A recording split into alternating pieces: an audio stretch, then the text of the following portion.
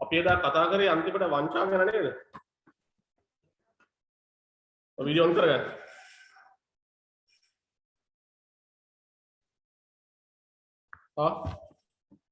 අපි වංචා කියන කොටසේ දිරිදීමනා පීඩන කියන කෑල්ල කොටස නේද අපි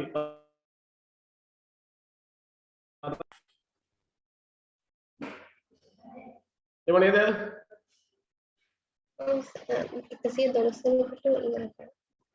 112 වෙනි පිටුවනේ. හරි. අපි කතා කරලා ඉතින් වංචා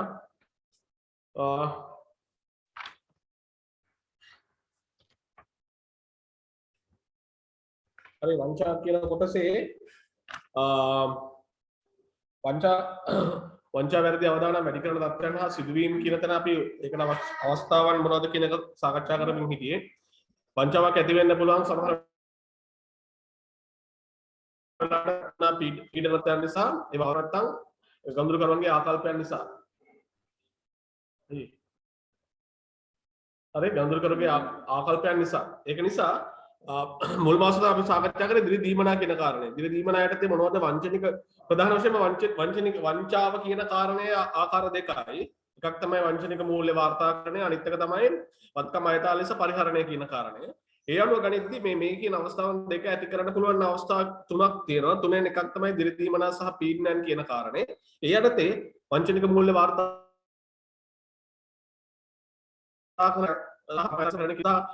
යම් කිසි උදාහරණ තත්ත්වයන් තමයි ඉදිරිපත් කිරීම කරේ. එතකොට මොකක්ද වෙන්නේ? මෙන්න මේ වගේ අවස්ථාවක් තියෙනවා නම් අන්න ඒ කියන්නේ මොකක්ද වංචාවක් සිද්ධ වෙනවා කියන කාරණය. ඒ කියන්නේ ඒක ඇති වෙන්න මූලිකව බලපාන්නේ එක්කෝ ඒ ආයතනයේ ඉන්න සේවකයෙක්ට වෙන්න පුළුවන්, ඉහළ කළමනාකාරීත්වයට වෙන්න පුළුවන්, යම් කිසි විදියකට දිරිදීමනාවක් හරි එහෙම නැත්නම් පීඩනයක් හරි පවතින අවස්ථාවකදී තමයි මේ වංචාව ඇති වෙන්න පුළුවන් තත්ත්වයක් නිර්මාණය වෙන්නේ. හරිද? ඒක හොඳට තේරුම් ගන්න. මේ මොකද්ද මේ මේකෙන් කියන්නේ මොකද්ද කියන එක තේරුම් ගන්න. මේ ට්‍රයැන්ගල් එකෙන් කියන්නේ මොකද්ද කියන එක. වංචාවක් ඇති වෙන්න පුළුවන් අවස්ථාවන් ඇති කරන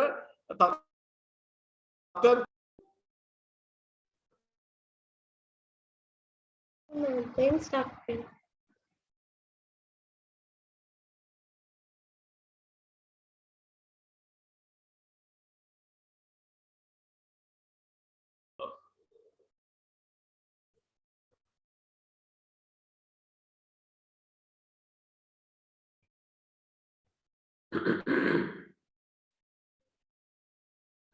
දැන් කියන්න බලන්න. හරි දැන් පොඩ්ඩක් කියන්න තියන්න මම මොබයිල් එක කනෙක්ට් කරා මගේ නෙට්වර්ක් එකේ මේ SLT නෙට්වර්ක් එක තමයි පොඩ්ඩක් ඔය ප්‍රශ්නේ වෙන්නේ. හරිද? අපි කතා කරේ දැන් මේ කියන වංචා ඇති වෙන පුළුවන් අවස්ථාවන් ටික තමයි මේ ඉදිරිපත් කරලා තියෙන්නේ. ඒ කියන්නේ දිරිදීමනාවක් හෝ පීඩනයක් නිසා වංචාවක් ඇති වෙන්න පුළුවන්. ඊළඟට ඒ වංචාවක් ඇති වෙන අවස්ථාවන් තිබුණොත් වංචාවක් ඇති වෙන්න පුළුවන්. ඊට පස්සේ ඉන්න පුද්ගලයන්ගේ ආකල්ප මත වංචාවක් ඇති වෙන්න පුළුවන් කියන කාරණා. ඒතකොට දැන් ඔයාලට වැදගත් වෙන්නේ දැන් මේ කිව්ව කොටස් එක්ක මේ මොන හරි අපි ප්‍රශ්නයකදී අපි දැනගන්න ඕනේ මේ ප්‍රශ්නය තුලින් ඉදිරිපත් කරන තොරතුරුත් එක්ක මෙතන වංචාවක් ඇති වෙන්න තියෙන සම්භාවිතාවක් තියෙනවද නැද්ද කියන කාරණය. ඒ හරහා අපිට පුළුවන්කම ලැබෙනවා මේ වංචා තුලින් ඇති කරන අවදානමක් තියෙනවද නැද්ද කියන එක පිළිබඳ අගයීම් ලක් කරන්න. හරි විගණකවලට අවශ්‍ය වෙන්නේ ඒකටයි. හරි විගණකවල හැම වෙලාවෙම බලන්නේ මොකක් හරි මූල්‍ය ප්‍රකාශන වලට බලපෑමක් තියෙනවද? හරි මූල්‍ය ප්‍රකාශන වල වැරදි තොරතුරක් අන්තර්ගත වෙන්න අවස්ථාවක් තියෙනවද නැද්ද කියන එක බලන්න මේ. මොකද මතය ප්‍රකාශ කරන්නදී අපි එහෙම ඉංගියක් තියෙනවා නම් මේ මූල ප්‍රකාශන සත්‍ය හා සාධාරණ බව යුක්තයි කියලා කියන එක සාධාරණ නැනේ. ඒ සාධාරණ නැති නිසා ඒ වගේ අවස්ථාවන් තියෙනවද නැද්ද කියන එක හඳුනා ගැනීම ලක් කරන්න බලාපොරොත්තු වෙන්නේ. ඒ වගේ අන්න අවස්ථාවන් කිසියම් විදියකට විගණකරයා මුහුණ දෙනවා නම් මේ වගේ තත්ත්වයන් මෙන්න මේ කියන අවස්ථාවන් නැත්නම් මේ කියන මේ උදාහරණ ටික ගණිතදී අන්න ඒ උදාහරණ වලින් කියන්නේ මොකක්ද? අන්න ආයතනය තුළ වංචාවක් ඇති වෙන්න තත්ත්වයක් නිර්මාණය වෙලා කියන කාරණය. හරි එන්නකො ඒකේ අවස්ථාවන් කියන සාධකෙට අවස්ථාවන් කියන පැත්තට ආවට පස්සේ වංචනික මූල්‍ය වාර්තාකරණය කියන වංචාව ඇති වෙන්න නම් අවස්ථාවන් ගනිද්දී සාමාන්‍ය ව්‍යාපාර කටයුතු වලදී පැන නොනගින සම්බන්ධිත පාර්ශ්ව සමග ගණන සිදු කිරීම. දැන් මොකද මේ ඇයි මේ සම්බන්ධිත පාර්ශ්ව කියන කාරණේ වැදගත් වෙන්නේ? සම්බන්ධිත කියන පාර්ශ්වය වැදගත් වෙන්න මූලික හේතුව තමයි සම්බන්ධිත පාර්ශ්වයට පුළුවන් ව්‍යාපාරයේ මෙහෙයුම් තීරණ වලට බලපෑම ඇති කරන්න. හරි? ඒක නිසා අපි මෙතන සැලකිල්ල භාජනය කරන්නේ. සම්බන්ධිත පාර්ශ්ව කියද්දී සම්බන්ධිත පාර්ශ්වයට පුළුවන් ව්‍යාපාරයේ මෙහෙයුම් තීරණ වලට බලපෑම ඇති කරනවා. ඒතර මෙහෙයුම් තීරණ බලපෑම ඇති කරනවා කියලා කියන්නේ මේ යම්කිසි විදියකට සමහර වෙලාවට කියන්නේ ඒ අදාළ පාර්ශ්වයට වාසි සහගත විදියට යම්කිසි ගනුදෙනුවක් සිද්ධ වෙන්න තියෙන අවස්ථා වැඩි.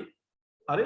අන්න ඒක නිසා. එතකොට යාට එහෙම අවස්ථා වැඩි වෙනවා කියලා කියන්නේ අන්න යම්කිසියට සමහර ගනුදෙනු අඩුවෙන් සටහන් කිරීම කරන තියෙන අවස්ථාවන් නිර්මාණය වෙන්න පුළුවන්. හරි? ඒ නිර්මාණය වීම කියන්නේ අන්න වංචාවක් ඇති වෙන දින තත්ත්වයක් කියන කාරණා. හරිද? ඒ තමයි පළවෙනි කාරණය. ඊළඟ කාරණේ කියන්නේ කර්මාන්තයේ ශක්තිමත් මූල්‍ය ආධිපත්‍යයක් පැවතීම ඇතම් සමාගම් වලට අතේ දුරින් නොවන ගනුදෙනු කිරීමට උපකාරී වේ. අන්න මොකද වෙන්නේ? කර්මාන්තයේ ශක්තිමත් මූල්‍ය ආධිපත්‍යයක් තියෙනකොට සමහර වෙලාවකට කියන්නේ බලය වැඩිපුර තියෙන අවස්ථාවකදී වෙන්නේ මොකක්ද? මූල්‍ය ආධිපත්‍යයක් පවතිනකොට සමහර වෙලාවට අතේ දුරින් දැන් සාමාන්‍යයෙන් අපි කියන අතේ දුරින් සිදුවන ගනුදෙනුවකදී අපි මොකද කරන්නේ? දෙදෙනාටම වාසි වන ආකාරයෙන් ගනුදෙනුව තීරණය වෙන්නේ.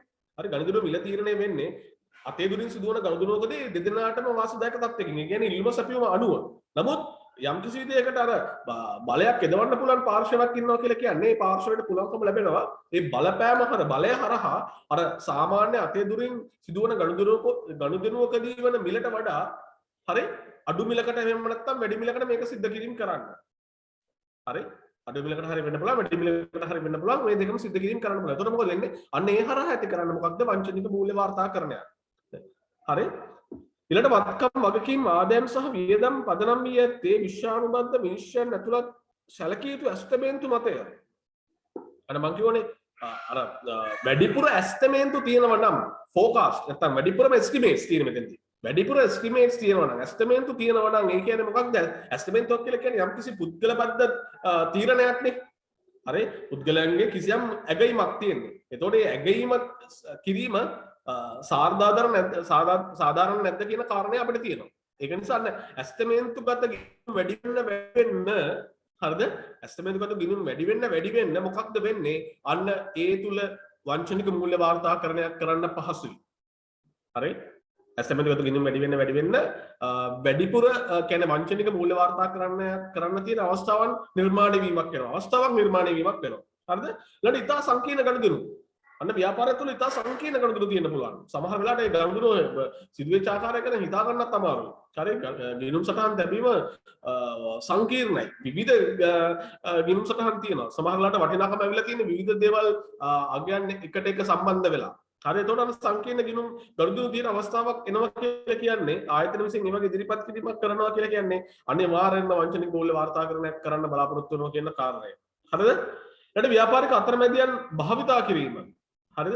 සමහර අවස්ථාවන් තියෙනවා ව්‍යාපාරික අතරමැදියන් මැද ඉන්නවා කොටසක්. දැන් අපි බලන්න උදාහරණයක් ගන්නවා දැන් අපේ මේ දවස්වල සහල් මිල කියන සාධකය ගනිද්දී ගොවියා සහ මැද ඉඳගෙන බීමෝල් හිමියෙක් අධික ලාභ ලැබීම සිද්ධ කරනවා. අන්තිමට ඇත්තම ලාභ විපීම කරන්නේ කවුද? මැද ඉන්න මෝල් හිමියා. හරි? සහල් නිෂ්පාදනය කරන්න නෙමෙයි. ඒ වගේ ව්‍යාපාරයක් පැත්තෙන් ගනිද්දී ව්‍යාපාරික අතරමැදියන් ඉන්න පුළුවන්. ඒ වගේ අවස්ථාවන් තියෙනවා නම් මොකද වෙන්නේ? අන්න සමහර වෙලාවට අන්න වංචාවක් ඇති වෙන අවස්ථා නිර්මාණය කිරීමක් වෙනවා. හරි ඒ අවස්ථා නිර්මාණය වීම හරහා එක්ක භාණ්ඩයක මිල ගණන් වැඩිපුර ලැබිලා වෙන්න පුළුවන්. හරිද? වැඩිපුර වෙන්නේ භාණ්ඩ මිල ගණන් වැඩියෙන් මිලදී ගැනීම සිද්ධ කරන එක. එතකොට මොකද වෙන්නේ? අන්න ආයතනයේ පැත්තෙන් අවාසිදායක තත්ත්වයක් නිර්මාණය වෙනවා. දැන් ගන්න හොඳ උදාහරණයක් මේ අපේ දැන් මේ දවස්වල සුදුලුණු වංචාව ගන්නකො සතුසේ යන. හරි? සුදුලුණු වංචාව ගන්නකො මොකද වෙලා තියෙන්නේ? ඉන්න දැන් නියෝජ්‍ය සාමාන්‍ය අධිකාරී කෙනෙක් ඉන්නවා ඇප්‍රූවල් එක දීලා මේ රුපියල් 130ට විකුණන්න කියලා. එතකොට මේ සතොස මිලදී ගන්න රුපියල් 465ට එළියට විකුණන 130ට බලන්න කොහොමද තත්ත්වය කියලා. ඒකට මොකද වෙන්නේ?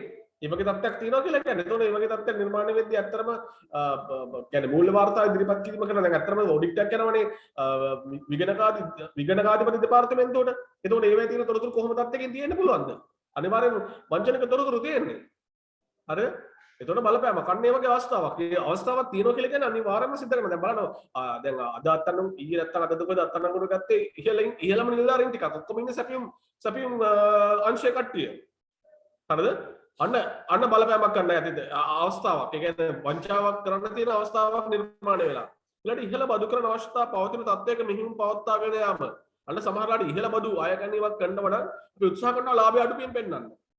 හරි ආයතනයක් පැත්තෙන් රටක තියෙන බදු තත්ත්වයේ ඉහළ මට්ටමක පවතිනවා නම් හැම වෙලාවෙම උත්සාහ කරනවා බදු අඩුවෙන් තියෙනවා. දැන් මේ දවස්වල ගන්නකො පැන්ඩෝරා මේ දැන් අර account holders ලා ගන්නදී දැන් ඒගොල්ලෝ මොකද ඇයි මේ ලංකාවේ තියන්න දුන්නේ මේක වෙන offshore companies වලට දාලා තියෙන්නේ. මූලික හේතුව බදු කියන කාරණේ. හරි බදු කියන කාරණය නිසා තමයි වැඩිපුරම මෙහෙට නොදී වෙන තැන් වලට දාන්නේ. ඒතකොට සමහර රටවල් වල නීතියෙන් වුණත් ඒ ගනුදෙනු සමහර ගනුදෙනු බැංකුවල සිදුවන ගනුදෙනු ටික නීතියට වුණත් ලබා දීමක් කරන්නේ නැහැ. ඒ බැංක්ස් වල ලබා දීමක් සිද්ධ වෙන්නේ නැහැ. හරි ඒක නිසා තමයි ඒගොල්ලෝ රටින් පිට තැනක මුදල් තැන්පත් කිරීමක් කරන්න උත්සාහ කරන්නේ. අන්න ඒ වගේ ඉහළ බදු කරන අවස්ථාවක් තියෙනවා නම් මොකක්ද වෙන්නේ? අන්න මොකක්ද වෙන්නේ? අවස්ථාවක් නිර්මාණය වෙනවා මූල්‍ය වාර්තාකරණය පැත්තෙන් වංචනික මූල්‍ය තොරතුරු ඉදිරිපත් කිරීමක් කරන්න. හරිද? ඊට පස්සේ කියනවා තනි පුද්ගලයෙකු හෝ කුඩා කණ්ඩායමක් මගින් කළමනාකරණයේ ආධිපත්‍ය පවත්වා ගැනීමට හා සංකීර්ණ හෝ අස්ථායී ආයතනික ව්‍යුහයක්. හරි ආයතනයක් තුළ අන්න ඉන්න පුද්ගලයන් කිහිප දෙනෙක්ගෙන් එක්කෙනෙක් දෙන්නෙක් අතර තමයි බලය තියෙන්නේ. මේ බලය තියෙද්දි මොකද කරන්නේ? මේ පුද්ගලයාගේ උපනාවන් වලට අනුකූලව තමයි මූල්‍ය ප්‍රකාශ ඉදිරිපත් කිරීම කරන්නේ. එතකොට මොකද වෙන්නේ? සමහර වෙලාවට අන්න වංචනික මූල්‍ය වාර්තාකරණ සිද්ධ වෙන්න පුළුවන්. දෙකල කළමනාකරණේ එක්කෙනෙක්ගේ දෙන්නේ මට තමයි සම්පූර්ණ බලය රැඳිලා තියෙන්නේ. දැන් එහෙම ආයතන තියෙනවා. එතකොට මොකද වෙන්නේ? එහෙම ආයතනවල මූල්‍ය වාර්තාවල අන්න වංචනික මූල්‍ය තත්ත්වයන් නිර්මාණය වෙන අවස්ථාවක් නිර්මාණය වෙන්න පුළුවන්. අසන්න නිර්මාණය වෙනවා. එයාගේ බලපෑමක් ඇති කරන මූල්‍ය ප්‍රකාශ මෙහෙම වෙන්න ඕනේ. මෙන්න මේ විදිහට පෙන්වන්න ඕන කියන කාරණා. එතකොට සත්‍ය තත්ත්වය නෙවෙයි පිම්මු වෙන්නේ. වැරදි තත්ත්වයක් නිර්මාණය වීලා ඒක තමයි මූල්‍ය ප්‍රකාශන හරහා ඉදිරිපත් වීම වෙන්නේ. අන්න ඒ තත්ත්වය මොකද වෙන්නේ? අන්න අවස්ථාවක් බවට පරිවර්තනය වීමක් වෙනවා. හරිද? ඊට පස්සේ කියන්නේ මූල්‍ය වාර්තාකරණ ක්‍රියාවලිය සම්බන්ධයෙන් පාලනය පිළිබඳ වගකීම් යුතු පාර්ශ්ව අධීක්ෂණ හරි ඒ කියන්නේ ගොඩක් දුරට මොකද්ද කරන්නේ? අධ්‍යක්ෂ මණ්ඩලය දැන් නැත්නම් මූල්‍ය වාර්තාකරණ ක්‍රියාවලිය සම්බන්ධයෙන් පාලනය පිළිබඳ වගකීම් යුතු පාර්ශ්ව අධීක්ෂණ ප්‍රමාණය අඩු වෙනවා නම් හරි අපි කියමු උදාහරණයකට CFO සහ අනිකුත් අපි කියමුකෝ ෆයිනෑන්ස් මැනේජර්ස් ලගේ කිසිම මේ අධීක්ෂණය යටත් වෙන්නේ නැත්නම් සමහර ගෞරව සටහන් වීම පිළිබඳ ඒගොල්ලෝ දැනුවත් වීමක් නැත්නම් මොකක්ද වෙන්නේ? අන්න එතකොට මොකද වෙන්නේ? පහළ ඉන්න සේවකයන්ට යම් කිසි විදියට වැරදි තොරතුරු මූල තොරතුරු ඉදිරිපත් කිරීමක් කරන්න පුළුවන්කම ලැබෙනවා. හරි ඒ වගේ අවස්ථා ඕන තරම් තියෙනවා. එදා ගිහින් බැලුවොත් Samsung එකේ තොරතුරු කියමුද? මොකද වෙන්නේ? කොහොමද කරලා තියෙන්නේ? කොහොමද කරලා තියෙන්නේ? අවුරුදු ගානක් තිස්සේ කරලා තියෙනවා නේ. හරිද? සත්‍ය තත්ත්වයන් දැක්ක ලෝකේ තියෙන ප්‍රසිද්ධ සමාගම්. හරිද? එතකොට මේ වගේ තත්ත්වයක් නිර්මාණය වෙනවා කියලා වංචනික මූල්‍ය වාර්තාකරණ යන්න තියෙන පැහැදිලි ලෙස. හරිද? වංචනික මූල්‍ය වාර්තාකරණයක් තියෙන. මේ වගේ අවස්ථාවන් මේ කියන කොටස් තුනක් යටතේ මේ වගේ තත්ත්වයන් නිර්මාණය වෙන්න පුළුවන්. අන්න ඒ වගේ තත්ත්වයන් නිර්මාණය වෙනවා කියලා කියන්නේ අනිවාර්යයෙන්ම මේ තත්ත්වයන් ක්‍රියාත්මක කරන්න විවිධ පුද්ගලයන් සහභාගී වෙනවා. හරි ඒක තමයි අන්න වලක්වා ගැනීම කරන්න ඕනේ. ඊළඟ කාලේ තමයි අන්තිමට කියන්නේ ආකාරක්ෂම අභ්‍යන්තර පාලනය. අර අභ්‍යන්තර පාලනය සැලසුම් කළා සමහරවිට සැලසුම් කළා නැහැ. හරි සමහරවිට සැලසුම් කළා ඒක සැලසුම් කරපු ආකාරයෙන් ක්‍රියාත්මක වෙලා නැහැ. හරි සමහරවිට සැලසුම් කරලා ක්‍රියාත්මක කරලම නැහැ. හරි ඒ වගේ නිසා ඒතකොට ඒ වගේ අවස්ථාවකදී මොකද වෙන්නේ? අන්න අවස්ථාවක් නිර්මාණය කරනවා අන්න වංචනික තත්ත්වයක් නැත්නම් වංචනික මූල්‍ය වාර්තාකරණයක් සිද්ධ කිරීම කරන්න. හරිද? අනිත් පැත්තට කියන පස්සේ මේ ඒ කියන්නේ මොකද? ඉන්ටර්නල් ඔඩිටර්ස් ලගේ හොයන්න නැති එක ඒකත් අවස්ථාවක් විදිහට ගන්න පුළුවන්. ඉන්ටර්නල් ඔඩිට් එකෙන් ඒගොල්ලෝ හොයන්න නැති එක ඒකත් අවස්ථාවක් විදිහට ගන්න පුළුවන්. ඉන්ටර්නල් ඔඩිට් එකෙන් කවුද මේ ලොගින් වෙන්නේ නේ? අවින්සා අපේ ක්ලාස් එකේ නෙවෙන්න පුළුවන් නේද? හරි ගියා. ඉන්ටර්නල් ඔඩිට් එකෙන් හොයන්න නැති එකෙන්. එතකොට හැබැයි මෙහෙම දෙයක් තියෙනවා. ඉන්ටර්නල් ඔඩිට් එකක් තියෙනව නම් ඒගොල්ලන්ට නොසොයා ඉන්න විදියක් නැහැ. මොකද එයාලගේ මුඛ්‍ය පරමාර්ථය තමයි අභ්‍යන්තර පාලන පද්ධතිය හොඳින් තියනවද නැද්ද කියන සහබල වාර්තාවක් ඉදිරිපත් කරන එක. ඇෂුරන්ස් එකක් දෙන එක. හරි අභ්‍යන්තර විගණන දෙපාර්තමේන්තුවක් ප්‍රධාන මුඛ්‍ය පරමාර්ථය ඒක. හරි එයාලකින් දෙනවා ඇෂුරන්ස් එකක් දෙනවා. හරි ඇෂුරන්ස් එකයි ඊට පස්සේ යාලා ඇඩ්වයිසර්ස් දෙනවා ඊට පස්සේ යාලා ඉන්සයිට්ස් දෙනවා. ඒ කියන්නේ අලුත් තොරතුරු පිළිබඳ තොරතුරු දේවල් පිළිබඳ නව්‍යතාවන් ඉදිරිපත් කිරීම කරනවා. ඒතකොට මේ වගේ තත්ත්වයකදී යාට අභ්‍යන්තර පාලන පද්ධතියේ පවතින දුර්වලතාවන් හඳුනා ගන්න බැරුණා කියලා කියන්නේ ප්‍රශ්නයක් වෙනවා. හරි දැන් මේ දැසේ වෙන්න පුළුවන්. සමහර අවස්ථාවන් තියෙන පුළුවන්. දැන් උදාහරණයක් ගන්නවා දැන් සමහර තාක්ෂණික වෙනස්කම් ඇතිවීම සිද්ධ වෙනවා. ඒ තාක්ෂණික වෙනස්කම් එක්ක අභ්‍යන්තර පාලන දෙපාර්තමේන්තුව නැත්නම් අභ්‍යන්තර විගණන දෙපාර්තමේන්තුව විසින් මේ ඒ සම්බන්ධ අවබෝධයක් නැති වෙද්දී යාලට හරියට විගණන ක්‍රියාවලිය ක්‍රියාත්මක කරන්න බැරි වෙන තත්ත්වයක් නිර්මාණය වෙන්න පුළුවන්. හරි එහෙම වෙද්දී අන්න මොකද වෙන්නේ? අර අභ්‍යන්තර පාලන පද්ධතියක් තිබුණා කියනක හරියට ඉවලුවේට් කරලා නැහැ නේ, ඇගේම ලක් කරලා නැහැ නේ. ඒකට මොකද වෙන්නේ? වංචාව නැති වෙන අවස්ථාවක් නිර්මාණය වෙන්න පුළුවන්. සමහරවිට අභ්‍යන්තර විගණන දෙපාර්තමේන්තුවට අහු වෙන්නේ නැති අවස්ථාවක් තියෙනවා. දැන් උදාහරණයක් විදිහට මෙන්න මේ ව්‍යාපාරික අතරමැදියන් භාවිත කිරීම කියන කාරණේ හරි ගන්නකො තියාගෙන දැන් ඒක කොහෙත්ම අහුවෙන්නේ නැහැ. හරිද? ඒක අල්ලගන්න අපහසුයි. කෙනෙක්ට ඍජුව දැක්කට පස්සේ ඍජුව හඳුනා ගැනීම කරන්න බොහොම අපහසුයි. අපි කියමු මොනවාරි භාණ්ඩ මිලදී ගන්නවා කියලා. ඒ භාණ්ඩ මිලදී ගැනීම කරද්දී ගනුදෙනු දැන් අපි මම කියමු මම සේවකයා. දැන් මම තමයි කොටේෂන් ටික කෝල් කරන්නේ. මම කියනවා මගේ දන්න කෙනෙක්ට කොටේෂන් දාන්න කියලා. ඊට පස්සේ තව කෙනෙක්ට කියනවා ඔයත් මේක කොටේෂන් දාන්න. තුන් දෙනෙක් හතර දෙනෙක් එකතු වෙලා තමයි කොටේෂන් දාන්නේ. හරි එහෙම දාලා ඉවරලා කෙනෙක්ට අපි කිව්වකෝ වැඩි මිලකට තමයි එන්නේ. තියෙන සාමාන්‍ය ගානට වඩා වැඩි මිලකට එන්නේ. දැන් අපිට වෙන කොටේෂන් වලින් අපිට කෙනෙක් තෝරාගෙනම කරන්න ඕනේ. දැන් මොකද එන්නේ තෝරාගෙනම කරද්දී කට්ටිය එකතු වෙලා තමයි අවිලා තියෙන්නේ. මෙයාට තමයි දෙන්න ඕනේ කියන එක තීරණයක් ඉන්නේ. දැන් ඒතකොට කොටස කට්ටිය කොටස් එක බෙදා ගන්න පුළුවන්. අපි දන්නේ නැහැ වෙනවද නැද්ද කියන්නේ. ඒක මොන හරි අපි කියනවා අපි ගැනුම් ක්‍රියාවලියේ තියෙන සමහර ඩොකියුමන්ට්ස් පාවිච්චි කරලා බැලුවට පස්සේ කිසිම ප්‍රශ්නයක් නැහැ. සැපයම් කරුණු නිවැරදිව තෝරගෙන ඒ තෝරා ගැනීම කරද්දී සලකා බලමු කරුණු තියෙනවා. ඒව ඉදිරිපත් කිරීම කරලා තියෙනවා. ඊට පස්සේ යාට අවශ්‍ය කරන ඒ අනුමැතිය ලබාගෙන තියෙනවා. ඒ කාරණා සියල්ලම සිද්ධ වෙලා. නමුත් අපිට ඒක හඳුනා ගන්න බෑ. හරි? වෙන්න පුළුවන්. දැන් කිව්වොත් හරියට තව විදිහට සමහර ලාවට සමහර තැන්වල ආයතන නම කියන්නේ සමහර මිනිස්සුන් දැන් මම දන්නවා ඒ හොඳම සිදුවීම් ටිකක් කියන්නේ සමහර ආයතනවලට එයා දැන් කියමුකෝ පර්චේසින් ඩිවිෂන් එකේ මොන හරි ප්‍රොජෙක්ට් එකක් අප්‍රූව් කරලා දීපුවට බෙඩින් එක ෆ්‍රී කරලා දීලා තියෙනවා. ටෝ එකක් හම්බ වෙනවා. දැන් කොහොමද ඔප්පු කරන්න කියන්නේ? ඔප්පු කරන්න අවස්ථාවක් නැහැ. හරි? ඔප්පු කරන්න අවස්ථාවක් නැහැ. මොකද පැහැදිලිව දන්නවා දැන් මේ පුද්ගලයාගේ දන්නවා පැහැදිලිව මේ කියන පුද්ගලයාට මෙහෙම මේකක් තියෙන්න බෑ. හරි? නමුත් එයා වියදම් රටාව සමහරලාට දැක්කට පස්සේ ඒ වියදම් රටාව තුළ දකින්න තියෙනවා කියන්නේ අතිශය අර කියන්නේ ඉහළ ආදායමක් ලබන පුද්ගලෙක් පරිභෝජනය කරන රටාවක ඉන්නේ. නමුත් එයාගේ රැකියාවත් එක්ක බලද්දී රැකියාව වලින් එච්චර මුදලක් එයා ඉපීමක් කරන්නේ නැහැ. අර දැන් සමහර වෙලාවට වලට දැන් Facebook එක සමහර වෙලාවට මොනිටර් කරලා බලද්දී සමහර මිනිස්සුන්ගේ එකපාරට පරිවර්තනයක් දකින්න තියෙනවා. එකපාරට පරිවර්තනයක් දකින්නෝනේ. එකපාරට පරිවර්තනයක් දකින්නවා කියලා කියන්නේ මොකක්ද? මොන හරි දෙයක් තියෙනවම තමයි අනිවාර්ය තියෙනවා. අර ඒක අර සාධාරණ විදිහට ඉපීමක් කරනවා නම් කිසි ගැටලුවක් නැහැ.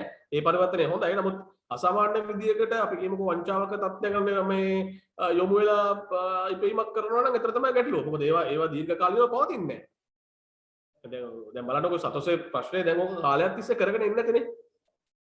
හැම කෙනාටම කුට්ටි කුට්ටි යන්නේ නැති. අර රුපියල් 30ක කමිෂන් එකක් වෙලා තියෙනවා. ඒතකොට කිලෝ 79000 ගාණක් විකුණලා තියෙනවා. කිලෝ 79000 වල රුපියල් 30 ගාණක් කමිෂන් එක කීයද කියලා? කට්ටිය පස් දෙනා බෙදාගත්තත් කීය ගන්නද? ඒ වගේ දවසකට කිලෝ කීයක් එළියට දැම්මම ඇතිද? හිතන්න කොහොමද මාකට් එකේ 435ට තියෙන කිලෝ එක රුපියල් 130ට මෙහි නිකුත් කරාගේ මම අරුකට රුපියල් 30 ගානේ කමිෂන් එක දුන්නා 435 160ක් අඩු කරත් කීයද බලන්න ලාභේ? ඒකයි තත්ත්වය. අන්න ඒතර වංචාව කරන පුද්ගලයාට අවස්ථාවක් තිබුණා කියලා කියන්නේ අනිවාර්යෙන් කරනවා බලන්න. ඒකත් එක බ්ලඩ් එකේ ප්‍රශ්නයක් තියෙනවා. හරිද? මතක තියාගන්න. මේ සමහර මිනිස්සුන්ගේ බ්ලඩ් එකේම තියෙනවා වංචාවක් කරන්නව පෙළඹෙන තත්ත්වයක්. හරිද? සමහර මිනිස්සුන්ගේ ඒක තියෙනවා. හරි? ඒක වංචාවක් නොකර ඉන්න බැරි තත්ත්වයක් තියෙන සමහර මිනිස්සුන්ට. හරි? ඔන්න ඊට පස්සේ අනිත් පැත්තට වත්කම අයත ලෙස පරිහරණය කිරීම කාරණේ. හරි එතන මොකද වෙන්නේ වත්කම අයත. අතේ හෝ දිනපතා මෙහෙයුම් වල විශාල මුදල් ප්‍රමාණයක් තිබී බන්න සමහර අවස්ථාවල දැන් හැමලාම මුදල් හම්බ වෙනවා. දැන් උදාහරණයක් ගන්නකොට බැංකුවකදී සමහර මිනිස්සුන් දැන් මේකේ මුදල් හැම වෙලාවම දකින්න නේද? 50 කොළ මිටි ගණන් දකින්න දැන් මොකද වෙන්නේ එකපාරට හිතෙන්නේ නැද්ද මේක සාක්කුව දාන්න ගන්න ඕන කියලා. මොනාරි ප්‍රශ්නයක් මොන දෙයක ඉන්නේ. හරි? මොන හරි ගැටලුවක් තියෙනවා. දැන් ගෙදර මොන හරි අත්‍යවශ්‍ය විදමක් කරන්න යන සල්ලි දැන් ඇත්තෙම නැහැ. දැන් මොකද වෙන්නේ එකපාරට? අර වගේ දෙයක් දැක්කට පස්සේ කරන්න හිතෙන්නේ නැද්ද? කරන්න වෙන්න පුළුවන්. එතන අපි පාලනයක් නැත්තම් කිසි කෙනෙක් ඒක මොනිටර් කරේ නැත්තම් මොකද කරන්නේ? යා ශනිකව පෙළඹීමක් ලක් වෙනවා මේ මුදල් ටික ලබාගෙනම කරන්නේ නේ. ඒ නිසා හැම වෙලාවෙම අපේ සහ දිනපතා මෙහෙයුම් වල විශාල මුදල් ප්‍රමාණයක් තියෙනවා කියලා කියන්නේ අනිවාර්යෙන් වංචාව සිදු වෙන දින අවස්ථාවක් නිර්මාණය වීමක් සිද්ධ වෙන්නේ. ඒක නිසා ඕනම ව්‍යාපාරයකදී අපේ කියන්නේ මෙහෙයුම් වලින් ලැබෙන මුදල් ටික මුදල් වැඩිපුර රැඳෙන්න අවස්ථාවක් දෙන්න බෑ. හරි ඒක ශනිකව මුදල් බැංකුවට ගිහින් කරන්න ඕනේ. මුදල් විදිහට සේප්පුවක මොකක්වත් තියෙන්න බෑ. ඒ මුදල් ටික බැංකුවට ගිහින් කරලා තියෙන්න ඕනේ. හරිද? ඊට පස්සේ කියන්නේ ප්‍රමාණයෙන් කුඩා ඉහළ වටිනාකමක් ඇති හෝ ඉහළ ඉල්ලුමක් ඇති තොගයිතම. සමානලට තියෙනවනේ. බලන්න ප්‍රමාණයෙන් කුඩා ඉහළ වටිනාකමක් ඇති හෝ ඉහළ ඉල්ලුමක් ඇති තොගයිතම සමානලට. දැන් ඔය මං කියනවා ඔයාලට කිව්වේ තියාගෙන බලන්න ෆෝන් කේස් එකක් කිව්වේ. නැත්තම් සමහරලාට දැන් කිව්වකෝ දැන් ස්ටෝර් එකක වගේ ඉන්න කෙනෙක්ට ටක් ගාලා දැන් සාක්කුව දාන්න යන්න පුළුවන් ඉහළ වටිනාකම තියෙන දෙයක් ටක් ගාලා සාක්කුව දාන්න යන්න පුළුවන්. හරි? ඒ වගේ තත්ත්වයක් එන්න පුළුවන්. දැන් සමහරලාට උදාහරණ කරනවා දැන් බලන්න ගාමන්ට් ෆැක්ටරි එකට ගියට පස්සේ ගාමන්ට් ෆැක්ටරි ගිය පස්සේ යුනිෆෝම් එකක් දෙන්න මූලික හේතුව මොකද්ද? ගාමන්ට් ෆැක්ටරි එකට ගියට පස්සේ ගාමන්ට් එකට ඇතුළු වෙන කෙනාට තමන්ගේ අඳන් ආපු ඇඳුම ගලවලා දාලා යුනිෆෝම් එකට මාරු කරනවා. මොකද්ද? ඇයි ඒක කළා දෙන්නේ කියලා තේරෙනවද? මොකටද කළා දෙන්නේ?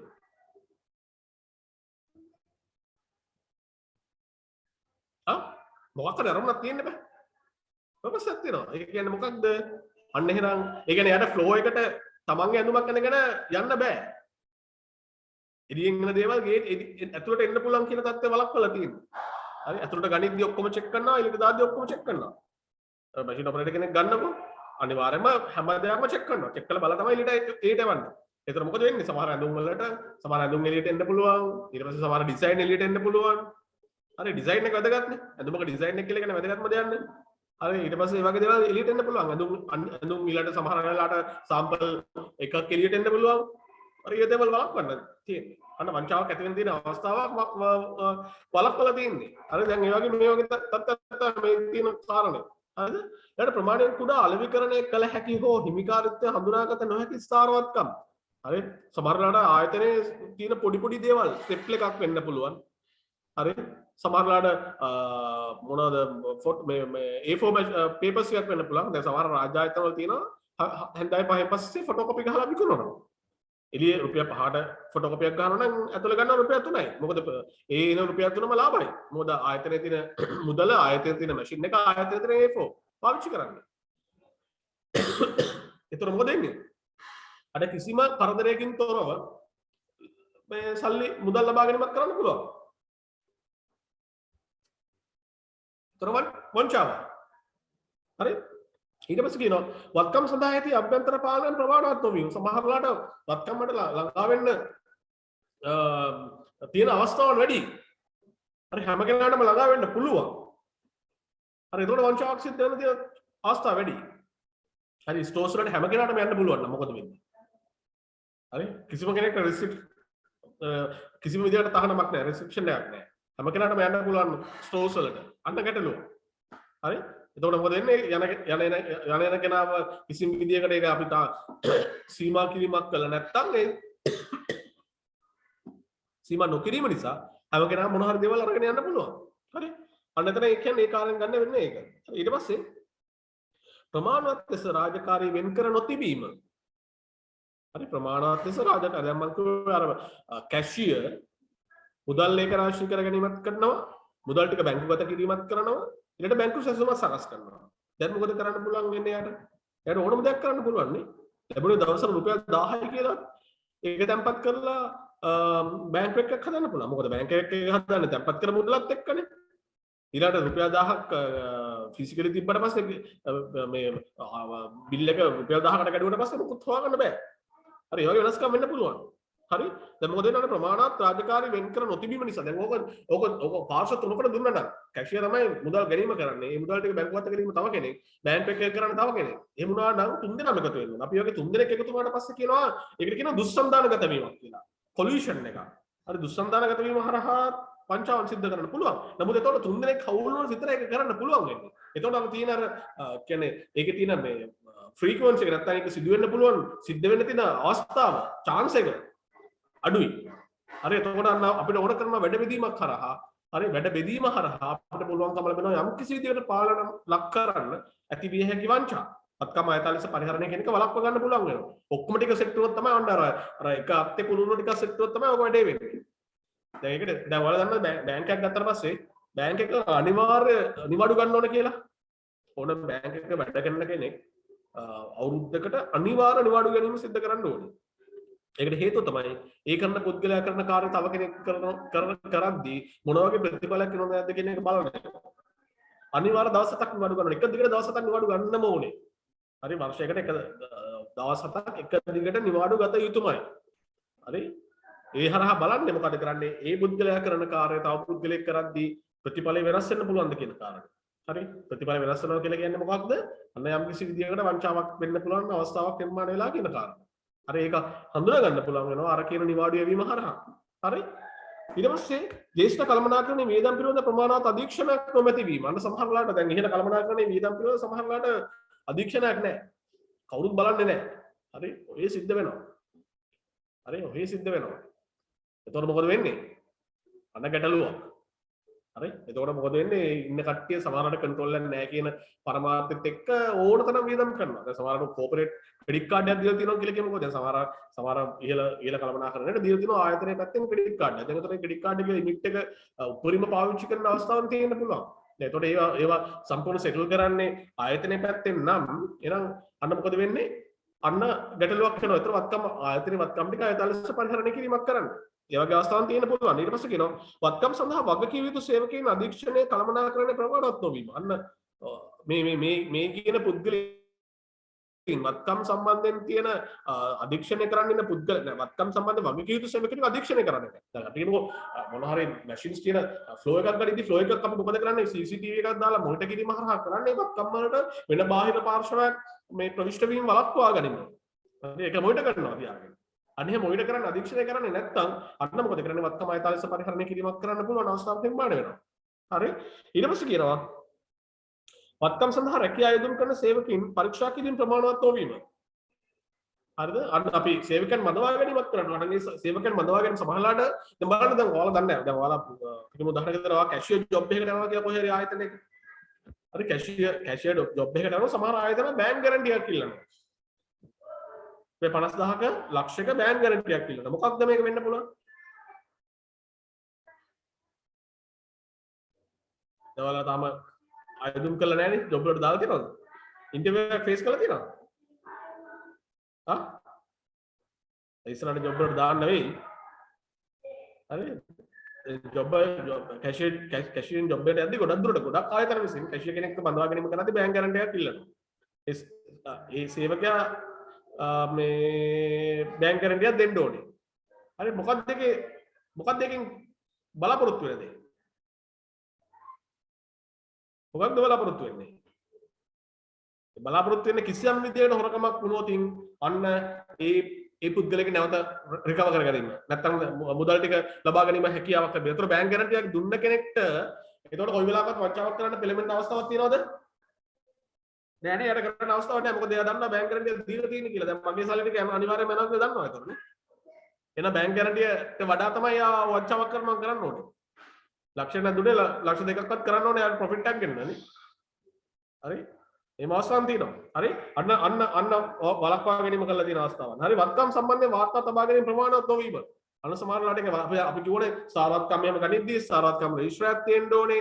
ස්ථාවරත්කම් රෙජිස්ටරය තුල පැහැදිලි තොරතුරු හැම වෙලාවෙම යාවත්කාලින වෙන්න ඕනේ. මේ කියන්නේ මොකටද? අන්න වංචාවක් ඇති වෙන්න තියෙන අවස්ථාව අඩු කරන එක. හරි අපි කතා කරන්නේ ස්ථාවරත්කම් රෙජිස්ටරයක් තියෙනවනේ ස්ථාවරත්කම් ගිණුම සටහන් කරන්න ඕනේ ස්ථාවරත්කම් රෙජිස්ටර් සටහන් කරන්න ඕනේ මේ දෙක හැම වෙලාවම අපි දෙක සංසන්දනය කිරීම කරලා බලන්න ඕනේ ඊට පස්සේ අහඹු පරීක්ෂාවන් ලක් කරන්න ඕනේ ඔය කියන කාරණා හරහා ඉතින් කරන්නේ මොකක්ද අන්න වත්කම් සම්බන්ධයෙන් වාර්තා ගැනීම ප්‍රමාණවත්ද නැද්ද කියන එක සොයා බැලීම ලක් කරන එක හරි ඊළඟ මුදල් තොග හෝ ස්ථාවරත්කම් සම්බන්ධයෙන් භෞතික ආරක්ෂණ පියවරන් ප්‍රමාණවත් නොවීම අන්න මුදල් සේප්පුවට දාන්න පුළුවන් එක්කෙනෙකුගේ පාස්වර්ඩ් එකකින්. එයාට මුදල් සේප්පුව තියෙන්නේ කොනක කාටවත් පේන්නේ නැති තැනක. හරි එතෙන්ට CCTV එකක් නැහැ. හරි සාමාන්‍ය සේප්පුවක් වුණාම අනිවාර්යෙන් පාස්වර්ඩ් දෙකක් තියෙන්න ඕනේ. නැත්නම් කීස් දෙකක් තියෙන්න ඕනේ. ඒක තියෙන්න ඕනේ හැම කෙනාටම පේන තැනක. හරි ඉක්මනින් පහසුවෙන් හැම කෙනාටම දකින්න පුළුවන් තැනක තමයි සේප්පුවක් තියෙන්න ඕනේ. ඒතකොට මොකද වෙන්නේ? අන්න වංචාවක් ඇති වෙන අවස්ථාවක් නිර්මාණය වෙන්නේ නැහැ. නමුත් එහෙම තියනවා නම් එහෙම වෙන්නේ නැත්නම් අන්න මොකද වෙන්නේ වත්කම් ආයතනලෙස පරිහරණය කිරීමට යොමු වෙන්න පුළුවන්. හරි ඊළඟ කාරණය වත්කම් කාලීනව හා නිවැරදිව සසඳා නොමැති වීම. අන්න අපි කියන හැම වෙලාවෙම ස්ටොක් ටේකින් එකක් ගන්න. හරි ස්ටොක් ටේකින් එකකින් බලන්නේ මොකද්ද? කෑෂ් කවුන්ට් එකකින් බලන්නේ මොකක්ද? භෞතික තියෙන එක පැත්තක මුදල්, එක පැත්තක තොග ටික ඇත්තටම වාර්තා කරලා තියෙන දත්තත් එක්ක සැසඳෙනවද කියන කාරණය. හරි අන්න සොයාබැලීම ලක් කරන්න ඕනේ සංසන්දනය කළා. මේ කාලය යම් නිශ්චිත කාලයකට වරක් සිද්ධ කිරීම අනිවාර්යයි. හරි අන්න ඒ තුලින් මොකද කරන්නේ අවස්ථාවක් ඇති වෙන්න දැන් කියමුකෝ උදාහරණයක් විදිහට අපි කියනවා එහෙම පරීක්ෂා ලක් වෙන්නේ නැත්තම් මොකද වෙන්නේ දැන් අපි කියමු සමහර වෙලාවට කෑෂ් කලෙක්ෂන් කරන කට්ටියකින් දෛනිකව හම්බෙන මුදල් ටික කිසියම් කෙනෙක් පරීක්ෂාව ලක් කරන්නේ නැත්තම් ඒක බැංකුගත කිරීම බලන්නේ නැත්තම් නිවැරදිව මොකද වෙන්නේ ඒ පුද්ගලයාට පුළුවන් ඒ මුදල් ටික තමන්ගේ පෞද්ගලික පරිභෝජන සඳහා භාවිත කරලා සල්ලි තියෙන වෙලාවක දෙන්න ඒතර ගැටලුවක් ඒක වළක්වා ගැනීම කරන්න නම් මොකද්ද කරන්න ඕනේ දෛනිකව තැන්පත් කරන මුදල් ටික අනිවාර්යයෙන්ම පරීක්ෂා ලක් කිරීම සිදු කළ යුතු වෙනවා අරද දෛනිකව බැංකුවයි බැංකුවේ තියෙන මුදල් ටිකයි අර පුද්ගලයන් එවන තොරතුරුත් එක්ක සංසන්දනය කරලා බලන්න ඕනේ දෙක සමානුපාතිකද කියන කාරණා. හරි?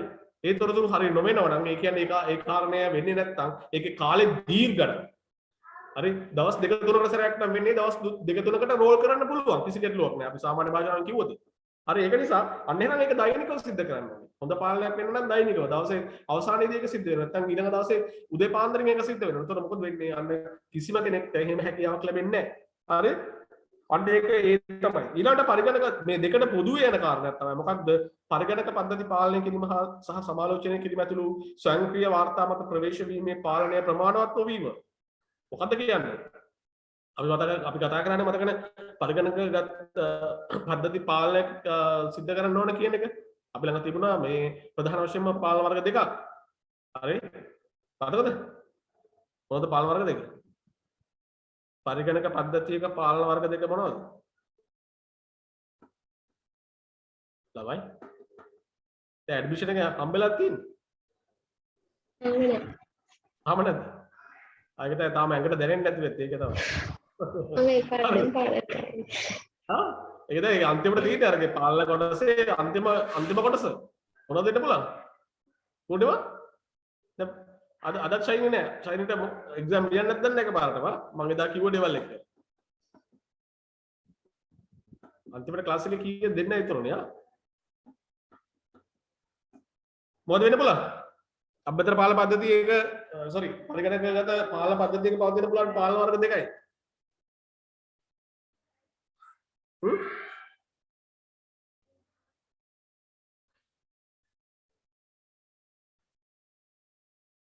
පොදු පාලනයන් සහ ජෙනරල් කන්ට්‍රෝල්ස් ඊට පස්සේ ඇප්ලිකේෂන් කන්ට්‍රෝල්ස් යෙදුම් පාලනයන් පොදු පාලනයන් සහ යෙදුම් පාලනයන් මතක තියාගන්න අත්‍තරම ඔය වගේ ඒරියාස් ඇත්තටම වැදගත්. දැන් මේ වර්තමානයේ අපි මේ කතා කරනවානේ ටෙක්නොලොජි එකත් එක්කනේ හැමදේම දුවන්නේ. ඒතකොට ආයතනයක් පැත්තේ මේ වගේ තත්ත්වයකදී හැම වෙලාවෙම පරිගණකය සම්බන්ධ වෙනව නම් හරි මොන හරි පද්ධතියක් භාවිත වෙනව නම් අනිවාර්යයෙන්ම ඔය කියන පාලන දෙක අනිවාර්යයෙන් ක්‍රියාත්මක විය යුතුයි. හරි මෙතෙන් මේක වැදගත් වෙන්නේ ඒකයි. ඒක මූල්‍ය වාර්තාකරණයට පාවිච්චි කරන්න පුළුවන් ඔයත් කමයි තලස පරිගණනය කරන්න වෙන්න පුළුවන්. දැන් කිව්ව මම කිව්වේ අර දැන් අර කැෂියට රුපියල් 10000ක් හම්බ වෙනවා 10000ක් හම්බෙන එක රුපියල් 1000කට රිසිට් එකක් කඩන්න පුළුවන් නම් ඒ පුද්ගලයාට දැන් පුද්ගලගෙන් ගන්න 10000ක් හරි රිසිට් එක ඒ පුද්ගලයාට දෙන රිසිට් එක රුපියල් ඔරිජිනල් රිසිට් එකේ 10000ක් තියෙනවා නමුත් අපිට එන කොපි එකේ තියෙන රුපියල් 1000යි දැන් මොකද වෙන්නේ අන්න ප්‍රශ්නයක් නේ අපි රෙකන්සයිල් කරන්න අපිට හම්බෙච්ච කොපි එකේ තියෙන මුදල අපි ගනුදෙනුකට දීලා ගනුදෙනුකට පේනවා යාට 10000 යා 10000 දුන්නා කියලා ගනුදෙනුකට දෙන ඔරිජිනල් කොපි එකේ තියෙන 10000යි කියලා. නමුත් ඇත්තටම ආයතනයේ තියෙන කොපි එකේ තියෙන 1000යි. 9000ක් මොකද කරන්නේ 9000ක් මොනවද කරන්න පුළුවන්. හරි ඒ වගේ අවස්ථාවක් තියෙනවා. ඒතර මොකද වෙන්නේ? පරිගණක ගත පද්ධතියක් සම්බන්ධ තත්ත්වයක් තියෙනවා. ඒතර මොකද වෙන්නේ? ඒ හා දැනුම තියෙන පුද්ගලෙක්ට ඕනම දෙයක් ක්‍රියාත්මක කරන්න තියෙන අවස්ථාව ඇති වෙන්න පුළුවන්. හරි ඒක නිසා අන්න මොකද වෙන්නේ අන්න පරිගණක පද්ධති පාලනය කිරීම හා සමාලෝචනය කියන ස්වයංක්‍රීය වාර්තා මත ප්‍රවේශ වීමේ පාලනය ප්‍රමාණවත් නොවීම හැම කෙනාට දැන් උදාහරණයක් ගන්නකො දැන් අපි ගිණුම් කරන පද්ධතියක් තියෙනවනේ දැන් ආයතනයක ක්‍රියාත්මක කරන ඒ ගිණුම් කරන පද්ධතියට හැම වෙලාවම ෆයිනෑන්ස් එකේ ඉන්න හැම කෙනාටම ඇක්සස් දෙන්නේ හැම රිපෝට් එකකටම හරි දැන් ඔයාලා ඔයාලා හරි රැකියාවක් කරන්න ගියාට පස්සේ බලන්නකො තියාගෙන ඔයා ෆයිනෑන්ස් එකේ නම් ඉන්නේ ඔයා ෆයිනෑන්ස් එකේ කරන ඔයාට අදාළ රෝල් එකට විතරයි ඇක්සස් දෙන්නේ. එතනින් හට කිසිම ඇක්සස් එකක් දෙන්නේ නැහැ. අන්න පාලනය ලක් කරන්න ඕනේ. ඉහළ පුද්ගලෙක්ට පමණයි සියලු දේවල් වලට ඇක්සස් තියෙන්න පුළුවන්. හරි? ඒක පාලනය ලක් කරලා තියෙන්නේ. අන්න මොකද හේතුව? ඒ හරහා හරි කෙනෙක්ට පුළුවන් පැත්තක මූල්‍ය වාර්තාකරණයේ තොරතුරු වැරදි ඉදිරිපත් කරන්න අනිත් පැත්තට පුළුවන් වත්කම ආයතන ලෙස පරිහරණය කිරීම කරන්න. එතනදී පොදුවේ දාලා තියෙන එක අවස්ථා දෙකටම තියෙනවා ඒක. හරි අවස්ථා දෙකටම තියෙනවා. හරි ඒ තමයි අවස්ථාවන් ටික. දැන් ආයතනයේ පැත්තෙන් ක්‍රියාත්මක කරන දේවල් නිසා ඇති කරන අවස්ථාවන්. හරි ඊට අමතරව ගත්තට පස්සේ අන්න ඒවත් එක්ක සම්බන්ධ වෙන පුද්ගලයන්ගේ තියෙන ආකල්ප ඇටිටියුඩ් එක. දැන් අපේ රටේ වගේ ගණිතය ඇටිටියුඩ් එකේ ප්‍රශ්නයක් තියෙන්නේ. හැමදේටම තියෙන ඇටිටියුඩ් එකක්. දැන් බලන්න ගුරුවරුන්ගේ ප්‍රශ්න ගණිතෙත් ඒකේ ඇටිටියුඩ් එකක් තියෙනවා. හරි ප්‍රශ්නයක් තියෙන්නේ. පාරකට බැස්සත් අපිට තියෙන එක ඇටිටියුඩ් එක ප්‍රශ්නයක් තියෙන්නේ. අපිට තේරුම් ගන්න බෑ සමහර වෙලාවට. අපේ ආකල්පමය දුර්වලතාවක් හැමතැනම දකින්න තියෙනවා. ඒ වගේ තමයි දැන් ඒතර ලංකාව තුලදී ව්‍යාපාරයක් පැත්තෙන් ක්‍රියාත්මක වෙද්දිත් ආකල්ප ගොඩක් ප්‍රශ්න තියෙනවා. මොනවද වෙන්න පුළුවන්? වංචනික මූල්‍ය වාර්තාකරණය කරන්න පුළුවන් අවස්ථාවන් ටික තමයි කාමනාගන විසින් ආයතනයේ වටිනාකම් හෝ සදාචාරාත්මක ප්‍රමිතින් සංනිවේදනයේ ක්‍රියාත්මක කිරීම, සහාය දීම හෝ බලාත්මක කිරීම ඵලදායක නොවේ. අන්න අර ආයතනයේ පැත්තෙන් ඉහළ කළමනාකරණය සදාචාරාත්මක පැවැත්මක් පවතින්න ඕන කරන වටපිටාවක් නිර්මාණය කළා. සංස්කෘතියක් නිර්මාණය කළා. ඔදින් ඉහළ අයත් හොරකම් කරනවා කියලා 15 අය දන්නවා. ඒ නිසා 15 අය හොරකම් කරන එක ගැන ඒගොල්ලෝ වොරි වෙන්නේ නැහැ. ඒගොල්ලෝ දුක් වෙන්නේ නැහැ. මොකද හිතේ ඉහළ කට්ටිය හොරකම් කරනවා කියලා දන්නවා. හරි? ඒ වගේ සංස්කෘතියක් නිර්මාණය කළා නැහැ. හරි? අන්න ඒක නිසා මොකද කරන්නේ? මේ ආකල්පය නිසා අන්න වංචාවක් ඇති වෙන්න පුළුවන්. වංචනික මූල්‍ය වාර්තාකරණය සිද්ධ වෙන්න පුළුවන්. ඊට පස්සේ දෙවෙනි එක තමයි ගිණුම් කරන ප්‍රතිපද තෝරා ගැනීමේදී මූල්‍ය නොවන කළමනාකරණයේ අධික සහභාගීත්වය. අන්න ප්‍රශ්නයක්. මොකද කරන්නේ දැන් සාමාන්‍යයෙන් මූල්‍ය වාර්තා සකස් කිරීම කරන්න ඕනේ ෆයිනෑන්ස් එකේ තියෙන ඒ දැනුමත් කියන්නේ ගිණුම්කරණය සම්බන්ධ දැනුමක් තියෙන පාර්ශවයක් විසින්. නමුත් සමහර වෙලාවට ගිණුම්කරණය සම්බන්ධයෙන් දැනුම නොමැති පාර්ශව සහභාගීත්වය වැඩි වෙනවා නම් ඒතර අපිට තියෙන්න පුළුවන් මොනවද අන්න වංචනික මූල්‍ය වාර්තාකරණයක් කරන්න. තුන්වෙනි එක තමයි උල්ලංඝනයන් පිළිබඳ දැනුම වල ඉතිහාසය.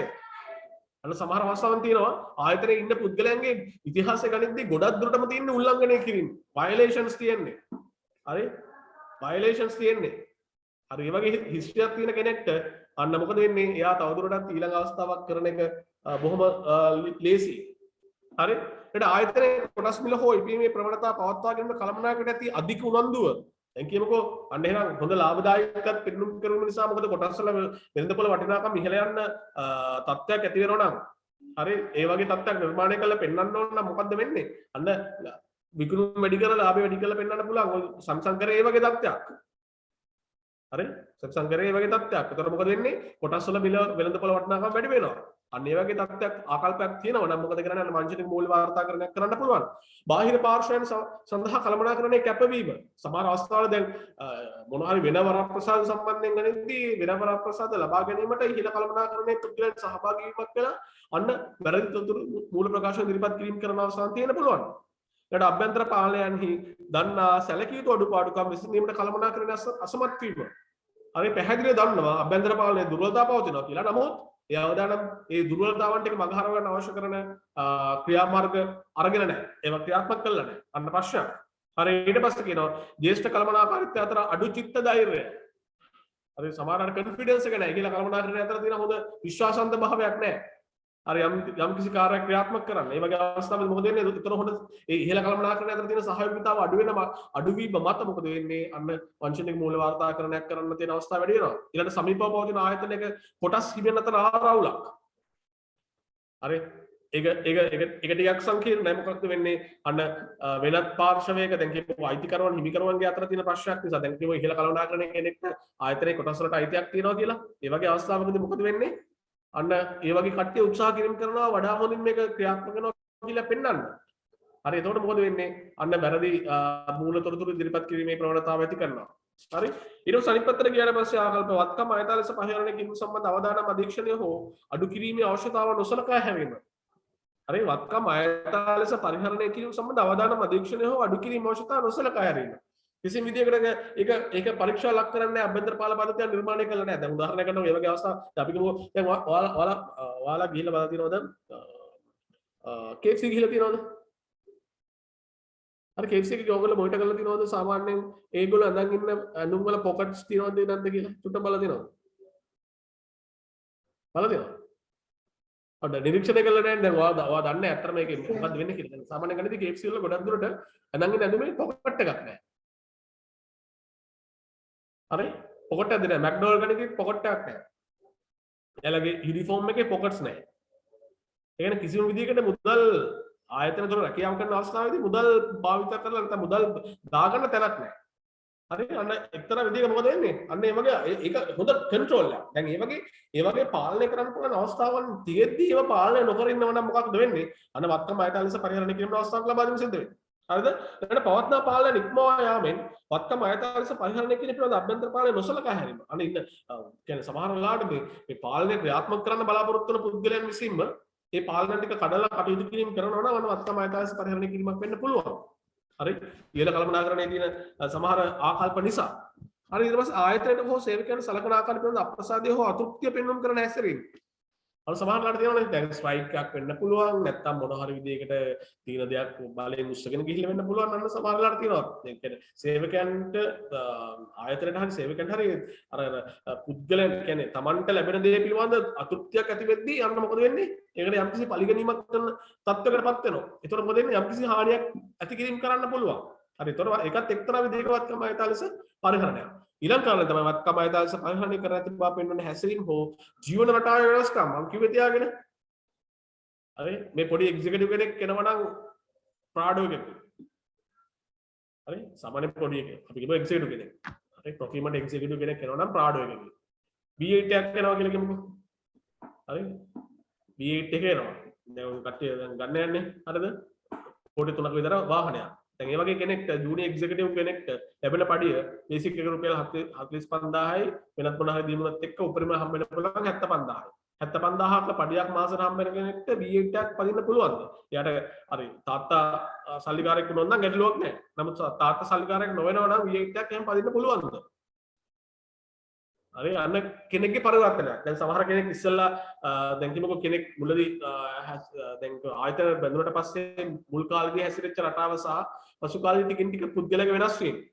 හරි වෙනදා කෑවේ ගෙදරින් ගෙනල්ලා කෑවේ දැන් කෙලින්ම කන්නේ රෙස්ටෝරන්ට් එකකින් හැම වෙලාවෙම හැමදාම පාටිස් තියෙනවා ට්‍රිප්ස් යනවා හරි ෆොරින් ට්‍රිප්ස් ගොඩක් තියෙනවා ඒ වගේ තත්ත්වයක එකපාරට සඩන්ලි වෙනස් වෙනවා නම් ඒ කියන්නේ මොකක්ද සමහර වෙලාවට ඒ පුද්ගලයාගේ තුල අන්න ආයතා මුදල් ඉපීමක් තියෙන්න පුළුවන් හරි ආයතා මුදල් ඉපීමක් තියෙන්න පුළුවන් එතකොට මොකද වෙන්නේ අන්න ඒවා එක්තරා විදියකට මොකක්ද වෙන්නේ අන්න අපිට හඳුනා ගන්න පුළුවන් වංචාවක් නැති වෙන තියෙන අවස්ථාවන් කියන කාරණේ හරි ඊළඟ අන්තිම එක සුළු සොරකම් හරි සමහරවිට අපි ඒක එච්චර සැලකිල්ල භාජනය කරන්නේ නැහැ හරි සමහර සුළු සොරකම් අපි භාජනය කරන්නේ නමුත් මොකද වෙන්නේ සුළු සොරකම් නිසා විශාල සොරකම් ඇති වෙන තත්ත්වයට පරිවර්තන වීම සිද්ධ කරන්න වෙන්න පුළුවන් හරි පොඩ්ඩක් හොරකම් කරාට ගැටලුවක් නැහැ කියලා හිතාගෙන සමහරලාට හරි චුට්ටක් ගත්තට වැඩිපුර තියෙන තරනේ චුට්ටක් ගත්තට අපිට ඒක හොරකමක් නෙවෙයි කියලානේ සමහර මිනිස්සුන්ගේ ආකල්පයක් තියෙන්නේ හරි අන්න ඒක ආකල්පය තියෙන තාක්කල් මොකද වෙන්නේ අන්න වංචාවක්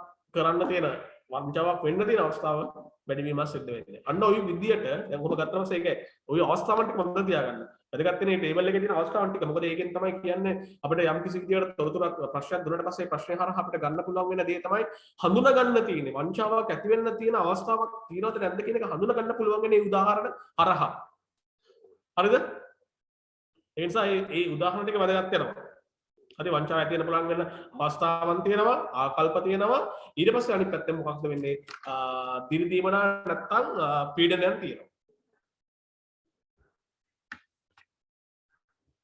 හරි ඊට පස්සේ එහෙම ගත්තට පස්සේ දැන් ඔය වංචාවන් නැතිවීම තත්ත්වයන් තියෙනවා දැන් මේක විගණනකට අවශ්‍ය වෙන තත්ත්වය තමයි මොකක්ද විගණනකට අවශ්‍ය වෙන්නේ වංචාවන් නිසා මූල ප්‍රකාශ වල සාවද්‍ය තොරතුරු අන්තර්ගත වෙන්න තියෙන අවස්ථාව කියන කාරණා අපි හැම වෙලාවෙම ආඳ ගැනීම කරන්න ඔතෙන්ද හරිද මූල ප්‍රකාශ වල වංචා නැත්නම් සාවද්ද ප්‍රකාශ ඇති වෙන්න තියෙන අවදාන මොකක්ද කියන එක තක්සේරුව කියන කාරණේ ඊළඟට සාකච්ඡා වෙන එතන වංචා හේතුවෙන් ප්‍රමාණාත්මක අප්‍රකාශයන් පැවතීමේ අවදානම හඳුනා ගැනීම පිළිබඳ තොරතුරු ලබා ගැනීම සඳහා සිදු කළ යුතු අවදානම් තක්සේරු කිරීමේ ක්‍රියාපටිපාටි වලට පහත සඳහන් ඇතුළත් යන්න මොකක්ද වෙන්නේ අන්න අපි ඔන්න ඔය කියන කරුණු ටික පහත කරුණු විදියට පහත ක්‍රියාපටිපාටි පාවිච්චි කරලා බලනවා වංචා නිසා මූල ප්‍රකාශන සාවද්ද ප්‍රකාශ අන්තර්ගත වෙන්න අවස්ථාවක් තියෙනවද නැද්ද කියන එක. දැන් ආයෙ මෙතනක් තියෙන සමහර දේවල් ඒකයි. මුලින්ම තියෙන විමසීම, කලමනාකරන විමසීම, ඔන්ලයින් කරගන්න එකයි. කලමනාකරන විමසීම. මත තියාගන්න පහසුයි වචනේ.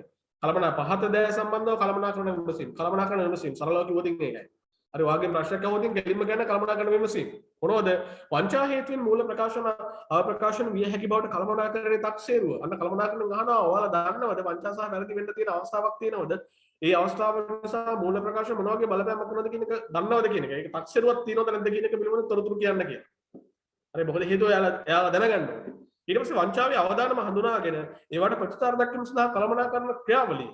අර මොන හරි වංචාවක් තියෙනවා නම් ඒ වංචාව හඳුනාගෙන ඒකට අවශ්‍ය කරන ප්‍රතිචාර දක්වන්න බලාපොරොත්තු වෙන්න කොහොමද කියන එක පිළිබඳව තොරතුරු තියෙන්න ඕනේ. ඊට පස්සේ වංචාව අවදානම හඳුනා ගැනීම සහ ඒවට ප්‍රතිචාර දක්වීම සඳහා එහි ක්‍රියාවලිය සම්බන්ධයෙන් පාලනය පිළිබඳ භාරසිනායට සංනිවේදනය කිරීම. අන්න තොරතුරු සංනිවේදනය වෙන්න ඕනේ. මොකක්ද වෙන්නේ? වංචා අවදානම හඳුනා ගැනීම සහ ඒවට ප්‍රතිචාර දක්වීම සඳහා නිසි පාර්ශ්ව සංනිවේදනය වෙන්න ඕනේ. හරි? වංචාවක් සිද්ධ වුණා නම් ඒ වංචාව නිසි කළමනාකරන නිසි පාර්ශ්ව සංවේදනය වුණාට පස්සේ ඒ පාර්ශ්වය විසින් අන්න අදාළ තීරණ ගැනීමක් කරලා ඒකට ප්‍රතිචාර දක්වීම සිද්ධ කරන්න ඕනේ. අන්න ඒ දේවල් මොනවද කියන එක විමසීම් කරනවා. ඊට පස්සේ ව්‍යාපාර භාවිතයන් සහ ආචාර ධර්ම හැසිරීම පිළිබඳ කළමනාකරණයේ අදහස් සේවකයන් සමග සංනිවේදනය කිරීම. හරි? අන්න දැන් ඉහළ කළමනාකරණය ගන්න තීරණ වංචාවන් සම්බන්ධයෙන් මොන වගේ තීරණ ගන්නවද? හරි ඒක දක්වන ආකල්පය. හරි ඒවා ඉහළ කළමනාකරණයේ විසින් පහළ සේවකයන්ට සංනිවේදනය කරන අවස්ථාවන් ටික මොනවද කියන එක තොරතුරු විමසීම් කරනවා. ඊට පස්සේ කියනවා කිසියම් සත්‍ය සැකසහිත හෝ චෝදනා කරන ලද වංචාවන් පිළිබඳ දැනුම. හරි ඒ වගේ අවස්ථාවක්. කියන්නේ ආයතන තුල වංචාවක් ඇති වෙන්න තියෙන නැත්නම් සැකයක් ඇති වෙන්න තියෙන අවස්ථාවන් මොනවද කියන එක පිළිබඳ දැනුම විමසීම් කරලා බලනවා අන්න විගණකවරයා අන්න සාවද්‍ය ප්‍රකාශ ඇති වෙන තියෙන අවස්ථාවක් තියෙනවද කියන කාරණා. හරි ඊට පස්සේ කියනවා කිසියම් සත්‍ය සැක සහිත හෝ චෝදනා කරන ලද වංචාවක් පිළිබඳ දැන ගැනීම සඳහා අභ්‍යන්තර විගණකගෙන් විමසීම් සහ වංචාවදාන පිළිබඳ ඔවුන්ගේ අදහස් අන්න මොකද කරන්නේ වතුර අන්ලයින් කරගෙන අභ්‍යන්තර විගණකගෙන් විමසීම් අභ්‍යන්තර විගණකගෙන් විමසීම් හරිද අභ්‍යන්තර විගණකගෙන් විමසීම් ඊළඟට කියන වංචා අවදානම හඳුනාගෙන ඒවට ප්‍රතිචාර දක්වීම සඳහා පාලන බාලසෙන්න කළමනාකරන ක්‍රියාවලින් අධීක්ෂණය කරන්නේ කෙසේද සහ මෙවදාන වමකින් සඳහා පිටුව ඇති අභ්‍යන්තර පාලනය පිළිබඳ අවබෝධයක් ලබා ගැනීම. හරි? අන්න අභ්‍යන්තර පාලන පද්ධතිය පිළිබඳ අවබෝධයක් ලබා ගැනීම. වංචා ඇතිවීමට වංචා වැළැක්වීමට මොන වගේ අභ්‍යන්තර පාලන පද්ධතියක් සැලසුම් කළා ක්‍රියාත්මක කරනවද කියන කාරණා. හරිද? එන කිසියම් සත්‍ය සැක සහිත හෝ චෝදනා කරන ලද වංචාවක් පිළිබඳ දැනුමක් ලබා ගැනීම සඳහා පාලනය පිළිබඳ වගකීතු පාර්ශ්වයන්ගෙන් විමසීම.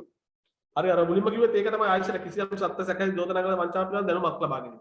එකම කාරණේම ආයතන තියෙනවා. විමසීමක් සිදු කරනවා. හරි විමසීමක් කරනවා මොන වගේ වංචා සැක සහිත අවස්ථාවක් තියෙනවද? අන්න ඒ වගේ දැනුමක් තියෙන අවස්ථාවක් විගණකරයත් එක්ක බෙදා හදා ගන්න කියන කාරණා. හරිද? එතකොට වංචා හේතුවෙන් ප්‍රමාණාත්මක අවප්‍රකාශයන් පැවතීමේ අවදානමක් පෙන්눔 කළ හැකි විශ්ලේෂණ ක්‍රියාපටිපාටි සිදු කිරීමේදී කිසියම් අසාමාන්‍ය සම්බන්ධතාවක් හඳුනාගෙන තිබේද යන්න තක්සේරු කිරීම. වංචාවේ හේතුවෙන් ප්‍රමාණාත්මක අවප්‍රකාශයන් පැවතීමේ අවදානමක් වෙනත් තොරතුරු මගින් දැක්විය හැකිද යන්න සලකා බැලීම. මොකක්ද වෙන්නේ? වංචා හේතුවෙන් ප්‍රමාණාත්මක අවප්‍රකාශයන් පැවතීමේ අවදානමක් පෙන්눔 කළ හැකි විශ්ලේෂණ ක්‍රියාපටිපාටි සිදු කිරීමේදී කිසියම් අසාමාන්‍ය සම්බන්ධතාවක් හඳුනාගෙන තිබේද යන්න තක්සේරු කිරීම. අන්න මොකද කරන්නේ අපි කියෝනේ විශ්ලේෂණ විග්‍රහය තුළින් අපේ මූල්‍ය ප්‍රකාශන වල පවතින අවදානම් ටික හඳුනා ගැනීම උත්සාහ කරනවා කියලා. අන්නේ අවදානම් ටික හඳුනා ගැනීම උත්සාහ කිරීම කරද්දී අසාමාන්‍ය සම්බන්ධතාවක් දකින්න පුළුවන්. හරි අසාමාන්‍ය සම්බන්ධතාවක් දකින්න පුළුවන්. අපි කියමු දැන් සාමාන්‍ය ගන්නේ විකුණුම් වැඩි වෙද්දී අපිට අපි දන්නවා දුන් වට්ටම් වැඩි වෙන්න ඕනේ. ප්‍රචාරණ වියදම් වැඩි වෙන්න ඕනේ. ওই අතර කිසියම් විදියට වෙනසක් තියෙනවා.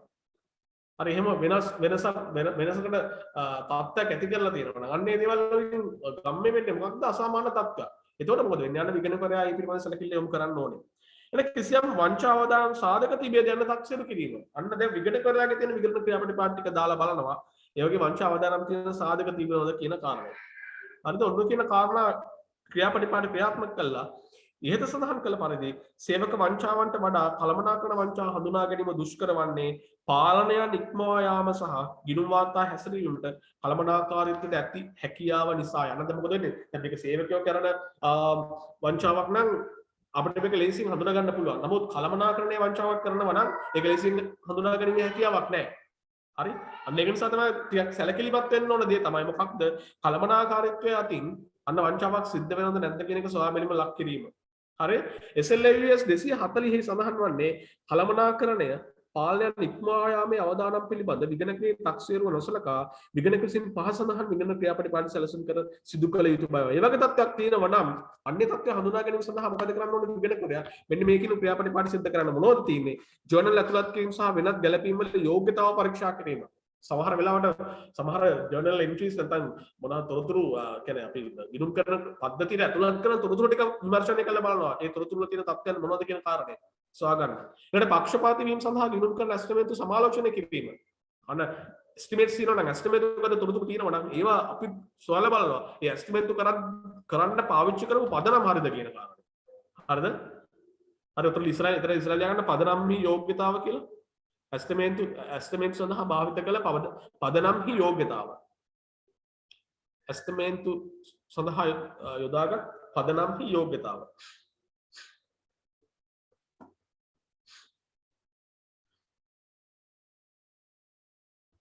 හරි ඊට පස්සේ සාමාන්‍ය ව්‍යාපාරයෙන් බැහැර සිදු කරනු ලබන සැලකිය යුතු ගනුදෙනු සඳහා වංචනික මූල්‍ය වාර්තාකරණයේ යෙදීමට හෝ වත්කම් අයථා ලෙස පරිහරණය කිරීම සඳහා වුන් ඇතුළත් වී ඇද්දැයි තක්සේරු කිරීම. අන්න සමහර වෙලාවට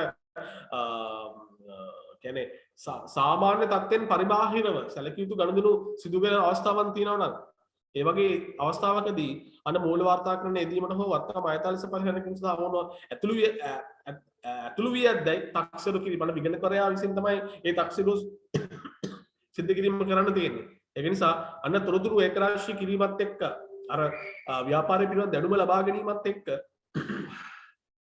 අවදානම් තක්සේරු කිරීමේ ක්‍රියාවලිය හරහා අන්න මොකද කරන්නේ විගණකරයා බලනවා කළමනාකරණයේ තියෙන සමහර කළමනාකරණයේ කොයි වගේ විදිහට වංචාවට සහභාගී වෙලා තියෙනවද නැද්ද කියන තක්සේරුව ලබා ගැනීම කරනවා. හරි ඔන්න ඔය කියන ආකාරයට මොකද වෙන්නේ වංචාවයි. වංචාවන් නිසා මූල්‍ය ප්‍රකාශන වල සාවද්‍ය ප්‍රකාශ ඇතුළත් වෙන අවස්ථාවන් ටික පිළිබඳ නිවැරදි අවබෝධයක් විගණකවරයා ලබා ගැනීම සිද්ධ කරන්න ඕනේ. හරි?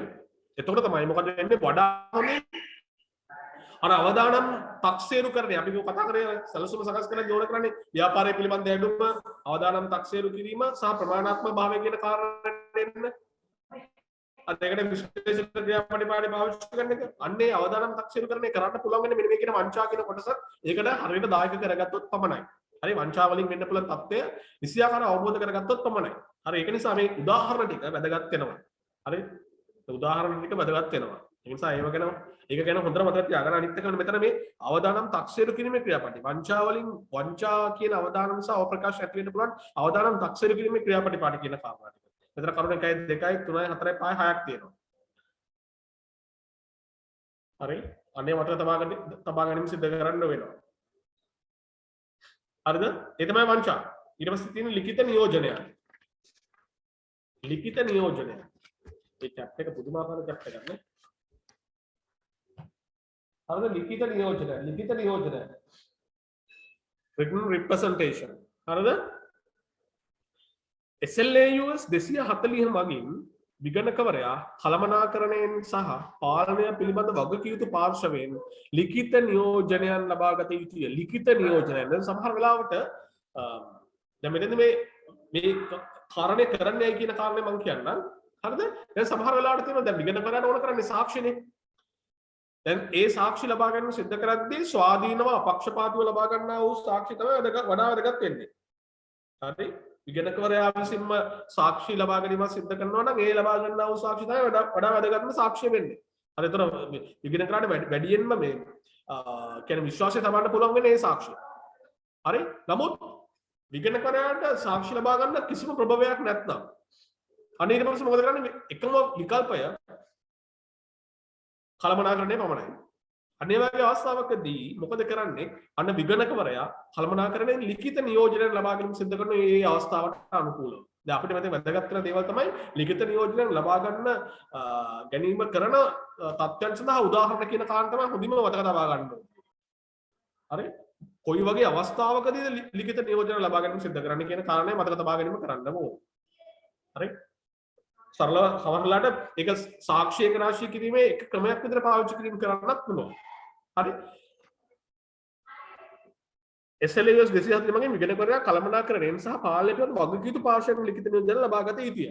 හරි ඊට පස්සේ කියනවා වංචා වැළැක්වීම සහ අනාවරණය කර ගැනීම සඳහා අභ්‍යන්තර පාලනය සැලසුම් කිරීම ක්‍රියාත්මක කිරීම සහ පවත්වා ගැනීම පිළිබඳ ඔවුන්ගේ වගකීම ඔවුන් පිළිගනු ලබන ලිඛිත නියෝජනයක් ලබා ගැනීම. අන්න මොකක්ද කරන්නේ අපි කියනවා ලිඛිත නියෝජනයක් ලබා දීම සිද්ධ කරන්න මේ ආයතනය තුළ ඇති කරන තියෙන වංචාවන් වළක්ව ගන්න, අනාවරණය කරගන්න අවශ්‍ය කරන අභ්‍යන්තර පාලන ටික නිර්මාණය කළා ක්‍රියාත්මක කිරීම වගකීම තියෙන්නේ.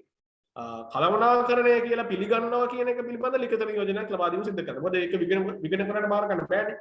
හරි ඊට පස්සේ කියනවා මූල ප්‍රකාශන වල වංචා පැවතීමේ අවදානම පිළිබඳ කළමනාකාරීත්වයේ තක්සේරෝන් විගණනකට අනාවරණය කරන තිබෙන බව. අද කිසියම් විදියකට වංචා අවදානමක් තියෙනවා කියන එක කළමනාකරණය දැනගෙන ඒක විගණන කරන්න නොපවසා හිටියොත් ගන්න ගැටලුවක්. හරි අන්න විගණකවරයාට දැනුම් දීමක් කරන්න ඕන මොනවද මූල ප්‍රකාශන වල කිසියම් වංචාවක් පැවතීමේ අවදානමක් තියෙනවා නම් ඒ තක්සේරුව ලබා දීමක් කරනවා කියන එක අනාවරණය කරනවා කියන එක පිළිබඳ ලිඛිත නියෝජනයක් ලබා දීම සිදු කරන්න ඕන. ඊළඟ දේ තමයි කළමනාකරණය විසින් සම්බන්ධ වංචා සැකසහිත වංචාවන් අභ්‍යන්තර පාලනයේ සැලකිය යුතු කාර්යභාරයක් සිදු කරන සේවකයන් සහ මූල ප්‍රකාශන වංචා කෙරෙහි ප්‍රමාණාත්මක බලපෑමක් ඇති කළ හැකි වෙනත් අය පිළිබඳ ඔවුන්ගේ දැනුම විගණකවරයාට හෙළි කර තිබෙන බවට අන්න කිසියම් විදියකට යම් කිසි පාර්ශවයක් තියෙනවා නම් සැකසහිත අර ඒ පුද්ගලයන්ට බලපෑමක් කිරීමේ හැකියාවක් තියෙනවා නම් වංචනික මූල්‍ය වාර්තාකරණයක් කරන්න හැකියාවක් තියෙන අවස්ථාවක් තියෙනවා නම් අන්නේ තොරතුරු ලබා දීම සිදු කරන්න ඕනේ විගණකවරයාට සාකච්ඡා මාර්ගයෙන්. හරිද? ඊළඟ කාරණා තමයි සේවකයන් හිටපු සේවකයන් විශ්ලේෂකයන් නියාමකයන් හෝ වෙනත් අය විසින් සංනිවේදනය කරන ලද වංචා හෝ සැකසහිත වංචාවන් පිළිබඳ ඔවුන්ගේ දැනුම විගණකවරයාට හෙළි කර තිබෙන බවට ලිඛිත නියෝජනයක් ලබා ගැනීම අත්‍යවශ්‍ය වේ. දැන් මේකේ මොකද්ද උත්සාහ කරන්නේ මේ? වංචාවන් බලක්වීම සඳහා අවශ්‍ය කරන ක්‍රියාමාර්ග ගැනීමේ සමස්ත වගකීම තියෙන කාටද? විගණකවරයාට නෙමෙයි කළමනාකරණයට කියන එක පැහැදිලිව ඒ වගකීම අදාළ පුද්ගලයන්ට බාර ගැනීමට සැලැස්වීම. මොකද විගණකවරයාට මේක මේ සියලු මේ විගණනය හරහා ආයතනයක් තුළ සිදුවන සියලු වංචාවන් ටික අනාවරණය කර ගැනීමට අවස්ථාවක් ලැබෙන්නේ නැහැ. අනාවරණය නොවී තියෙන පුළුවන්. හරි ඒක නිසා අන්න මේ තත්ත්වයන් පිළිබඳ ලිඛිත නියෝජනයක් ලබා ගැනීම වැදගත් වෙනවා. කළමනාකරණය හා පාලනය පිළිබඳ වගකීම් පාර්ශවයට සංනිවේදනය කරන්න යම් කිසි විදියට වංචාවක් ඇති වුණොත් ඒවා කොහොමද සංනිවේදනය වීම සිද්ධ වෙන්න ඕන. විගණක විසින් වංචාවක් හඳුනාගෙන තිබේ නම් හෝ වංචාවක් සිදුවිය හැකි බවට තොරතුරු ලැබෙන්නේ නම් විගණක විසින් මේ කාලෝචිත පදනමක් මත සුදුසු කළමනාකරණ මට්ටමකට ඒ පිළිබඳ වාර්තා කළ යුතුය. දැන් අපි උදාහරණයක් ෆයිනෑන්ස් එකේ ජූනියර් එක්සිකියුටිව් මොනවා හරි වැරද්දක් කළා වංචාවක් කරනවා කියලා හඳුනාගත්තොත් ඒ ජූනියර් එක්සිකියුටිව් රිපෝට් කරන එයාගේ මැනේජර්ට දැනුම් දීම සිද්ධ කරන්න ඕනේ. ඒ මැනේජර් දැනුම් දීම සිද්ධ කළා එයා ඒකට අවශ්‍ය කරන පියවරක් නොගන්නේ නම් ඒ මැනේජර් රිපෝට් කරන ඉහළ පුද්ගලයෙක්ට වාර්තා කිරීම කරන්න ඕනේ. අන්න ඒ විදිහට මොකද කරලා තියෙන්නේ? නිසියාකාර යම් ප්‍රොටෝකෝල් එකක් පාවිච්චි කිරීම කරන්න ඕනේ. මොකද කරන්නේ? අවධානය දෙන්නේ. කොහොමද බා? වෙන වැඩක නෙමෙයි. හරි? හරි නියමිත මොකද කරන්නේ? සුදුසු කළමනාකරණ මට්ටමකට. වැදගත් ඒකයි. සුදුසු කළමනාකරණ මට්ටමකට මේ පිළිබඳ වාර්තා කළ යුතුය.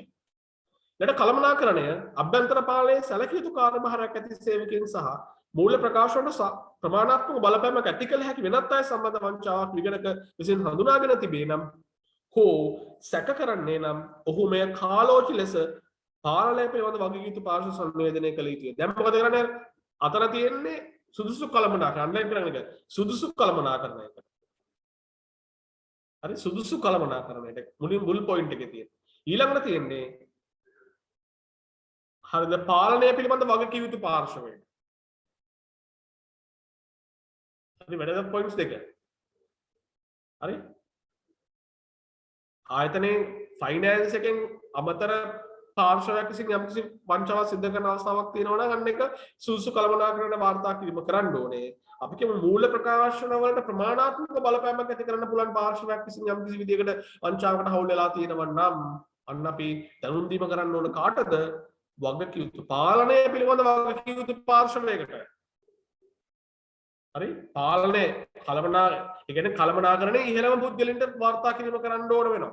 අපි කියමු CFO විසින් මොකක් හරි වංචාවක් සම්බන්ධ වෙනවා නම් එහෙනම් CEO සම්බන්ධ කරගෙන කරන්න ඕනේ. යාට දැනුම් දීම සිදු කරන්න ඕනේ. එතනදි කියන්නේ ඒකයි. හරි නියාමන හෝ බලධාරී ආයතනට වාර්තා කිරීමේ වගකීමක් තිබේ යන්න විගණකවරයා විසින් සලකා බැලිය යුතුයි. අන්න යම් කිසිද මේ ඔක්කොම ටික එකතු වෙලා නම් වැඩේ කරන්නේ. CEOත් එකතු වෙලා CFOත් එකතු වෙලා නම් ඉහළ කළමනාකරණේ සීල පුද්ගලයන් එක රාශී වීම වෙලා නම් මොකක්ද කරන්න ඕනේ?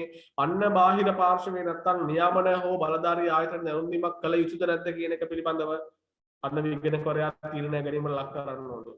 හරි විගණකවරයාගේ රහස්‍යභාවය පිළිබඳ වෘත්තීය වගකීම නැත්නම් අධිකරණ බලයන්ගේ ප්‍රතිපත්ති මගින් අභිබවා හැකිය. අර අපි කියනෝනේ තියාගෙන රහස්‍යභාවය ආරක්ෂා කරන්න ඕන කියලා. නමුත් මේ වගේ අවස්ථාවක් තියෙනවා නම් අන්න වංචාවක් සම්බන්ධ තත්වයකදී ඉහළ කළමනාකරණය නම් ඒ සම්බන්ධයෙන් සහභාගී වෙලා තියෙන මේ වගේ අවස්ථාවකදී මොකද කරන්න ඕනේ? අන්න නියාමන හෝ බලධාරී ආයතන දවුම්දින් සිද්ධ කරන්න අර රහස්‍යභාවය කඩ කරා වුණත් හැකියාව තියෙනවා. හරි අපි කියෝනේ ආචාර ධර්ම පද්ධතියක් තියෙනවා කියලා. ඒ ආචාර ධර්ම පද්ධතියේ තියෙන එක දෙයක් තමයි රහස්‍යභාවය කියන කාරණා. රහස්‍යභාවය කඩ කළ හැකි අවස්ථාවන් කිහිපයක් තියෙනවා. ඒකෙන් එකක් තමයි මෙන්න මේ කියන කාරණය. හරි ඔන්න නිවැරදි ආකාරයෙන් sannivedanaya කළ යුතු වෙනවා. හරි ඊළඟ එක තමයි අභ්‍යන්තර පාලනයන්ගේ ඌනතාවන් ඇතුළුව පාලනය පිළිබඳ වගකීම් යුතු පාර්ශ්ව සමග sannivedanaya. හරි වංචාවක් සිදු වන තත්ත්වයකදී හරිද මොන හරි ඌනතාවක් තියෙනවා ව්‍යාපාර විසින් ක්‍රියාත්මක කරන අභ්‍යන්තර පාලන පද්ධතිය අපි දැන් අර කතා කරපු අපි දැක්කනේ ක්‍රියාවලි පහක් තිබ්බනේ. ඒ තමයි අභ්‍යන්තර පාලන පද්ධතියනේ. ඒ අභ්‍යන්තර පාලන පද්ධතිය යම් කිසි විදියකට අපි දකිනවා නම් විගණකවරයා විගණනය ක්‍රියාත්මක කරගෙන යද්දි දකිනවා නම් යම් කිසි ඌනතාවක් අඩුපාඩුවක්. අන්නේ අඩුපාඩුව මොකද කරන්නේ? අන්න පාලනය පිළිබඳ වගකීම් දරන පාර්ශ්වයට sannivedanaya කිරීම කළ යුතුයි කියන කාරණා තමයි මෙතන මේ කියන්නේ. SLAUS 260යි 265 දෙකෙන් මේක කියනවා. හරි SLAUS 260 මූලික වශයෙන් අවධානය යොමු කරන්නේ විගණකගේ සිට පාලනය පිළිබඳ වගකීම් යුතු පාර්ශ්වයට sannivedanaya කිරීම පිළිබඳය. අන්න විගණකවරයාගේ ඉඳලා වගකීම් යුතු පාර්ශ්වයට පාලනය පිළිබඳ වගකීම් යුතු පාර්ශ්වයට sannivedanaya තමයි මේක ඉදිරිපත් කරන්නේ. කෙසේ වෙතත් පාලනය පිළිබඳ වගකීම් යුතු පාර්ශ්වය සමග අභ්‍යන්තර පාලනයේ ඌනතාවන් ඇතුළුව විගණනය පැවැත්වීමේදී ඵලදායී දෙපාර්ශ්වය අතර sannivedanaya වැදගත්ේ. ඒක දෙපැත්තටම වෙන්න two way communication එකක් සිද්ධ වෙන්න ඕනේ. එක පැත්තකට විතරක් නෙවෙයි. පැත්ත දෙකටම සිද්ධ වීම වෙන්න ඕනේ. ඒතකොට ඒ හරහා තමයි මොකක්ද වෙන්නේ? වඩා හොඳ අර විගණන කාර්යභාරයක් ක්‍රියාත්මක කරන්න අවස්ථාවක් නිර්මාණය වීම වෙන්නේ. ඒක නිසා පාර්ශ්ව දෙක අතර, ඒ කියන්නේ විගණකවරයා සහ පාලනය සම්බන්ධ වගකීම් දරන පාර්ශ්වය අතර සහ ඒ විගණකවරයාගෙන් ඒ අයට සහ ඒ අයගෙන් විගණකවරයාට තොරතුරු sannivedanaya සිද්ධ වීම වෙන්න ඕනේ. මොකද මේ ලිඛිත නියෝජනයන් ටික නිසියාකාරව සිද්ධ වුනේ නැත්නම් මොකද වෙන්නේ? විගණකවරයාට ඒ තක්සේරු කරගන්න බෑ වඩා හොඳින්. ඒ තක්සේරු කරගන්න නම් අවදානම නිසියාකාරව හඳුනා ගැනීම කරන්න නම් අන්න මොකද කරන්නේ මේ දෙදෙනා අතර තියෙන sannivedanaya ටික වඩා හොඳින් සිද්ධ වීම සිද්ධ වෙන්න ඕනේ. හරි එහෙම නොවන තාක්කල් මොකද වෙන්නේ? අවදානම් තක්සේරු කරන්න බැරි වෙනවා විගණන කරා. හරි මේකේ අරමුණ මොනවද? පාලනය පිළිබඳ වගකීම් යුතු පාර්ශ්වක පරදායි sannivedanaya පැවැත්වීමෙන් විගණක අරමුණු වන්නේ මූල ප්‍රකාශන විගණනට අදාළ විගණකයාගේ වගකීම් සහ විගණනයේ සැලසුම්ගත විෂයපතය හා කාලය පිළිබඳ දල විශ්ලේෂණයක් පාලනය පිළිබඳ වගකීම් යුතු පාර්ශ්වයට පැහැදිලිව sannivedanaya කිරීමයි. අන්න මොකද කරන්නේ? හරි විගණකවරයාගේ තියෙන මොකක්ද වගකීම මොනවද විගණකවරයා කරන්න බලාපොරොත්තු වෙන විෂයපතය සහ ඒකේ තියෙන කාලවකවානු සහ අනිකුත් තොරතුරු දල විශ්ලේෂණයක් ලබා දීම සිදු කරනවා මේ කල්පනාකරණයට. මෙතන පාලනය පිළිබඳ වගකීම් දරන පාර්ශ්ව කියලා කියන්නේ පැහැදිලිව කල්පනාකරණය. හරිද? එතන විගණනයට අදාළ තොරතුරු පාලන භාරව සිටින අයගෙන් ලබා ගැනීම. අන්න විගණකවරයාට ඕන කරනවා ඒ අයගෙන් තොරතුරු ලබා ගැනීම සිදු කරන්න. මොකද විගණන ක්‍රියාපටිපාටි සිදු කරන්න නම් කාර්යභාරය ක්‍රියාත්මක කරන්න නම් අදාළ තොරතුරු ලැබෙන්න ඕනේ. අන්නේ තොරතුරු ලබා ගැනීම සිද්ධ වීම වෙන්න ඕනේ. ඊට පස්සේ මොකද කරන්නේ? මූල්‍ය වාර්තා කරන ක්‍රියාවලිය අධීක්ෂණය කිරීම සඳහා ඔවුන්ගේ වගකීම් වැදගත් හා අදාළ වන විගණනයෙන් පැනනගෙන කාලෝචිත නිරීක්ෂණ පාලනය පිළිබඳ වගකීම් යුතු පාර්ශ්වයට ඉදිරි ලබා දීම. අන්න මොකද වෙන්නේ?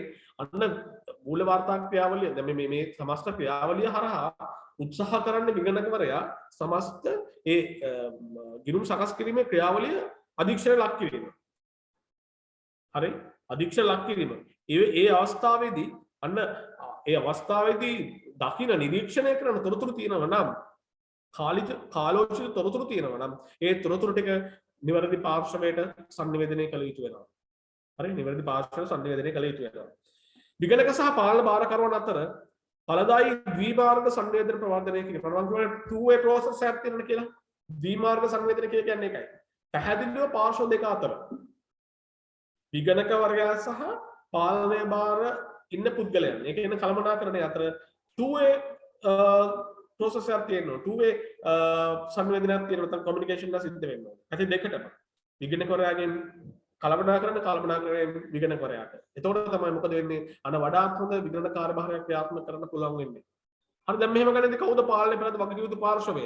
ඔන්න අන්වයන් කරගන්න. ආයතනයේ උපාය මාර්ගික දිශාව අධීක්ෂණය කිරීමේ වගකීම සහ ආයතනයේ වගවීම සම්බන්ධ බැඳීම් ඇති පුද්ගලයා හෝ සංවිධානය අන්වයන් කරගන්න වාක්‍යය. ඒ වාක්‍යය අන්වයන් කරගන්න. කවුද පාලනය පිළිබඳ වගකීම් යුතු පාර්ශවය කියලා කියන්නේ?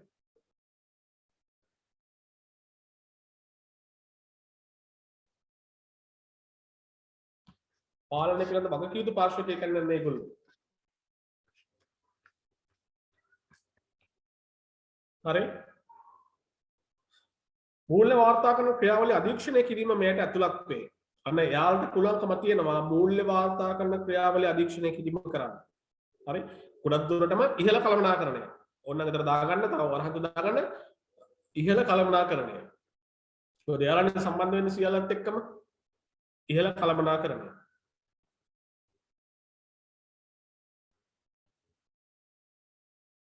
හරි. ඇතැම් ආයතන සඳහා පාලනය පිළිබඳ වගකිය යුතු පාර්ශ්වයට කළමනාකරණ නිලධාරීන් ඇතුළත් විය හැකිය. නිදර්ශනයක් වශයෙන් පෞද්ගලික හෝ රාජ්‍යාංශයේ පාලන මණ්ඩලයේ විධායක සමාජිකයන් හෝ හිමිකරු කළමනාකරුවකු. හරි. අතන දාගන්න කළමනාකරුවන් වගේ ඉහළ කළමනාකරණයට කලින් ඊට කලින් දාගන්න අධ්‍යක්ෂකවරු කියලා. අධ්‍යක්ෂකවරු කියලා දාන්න.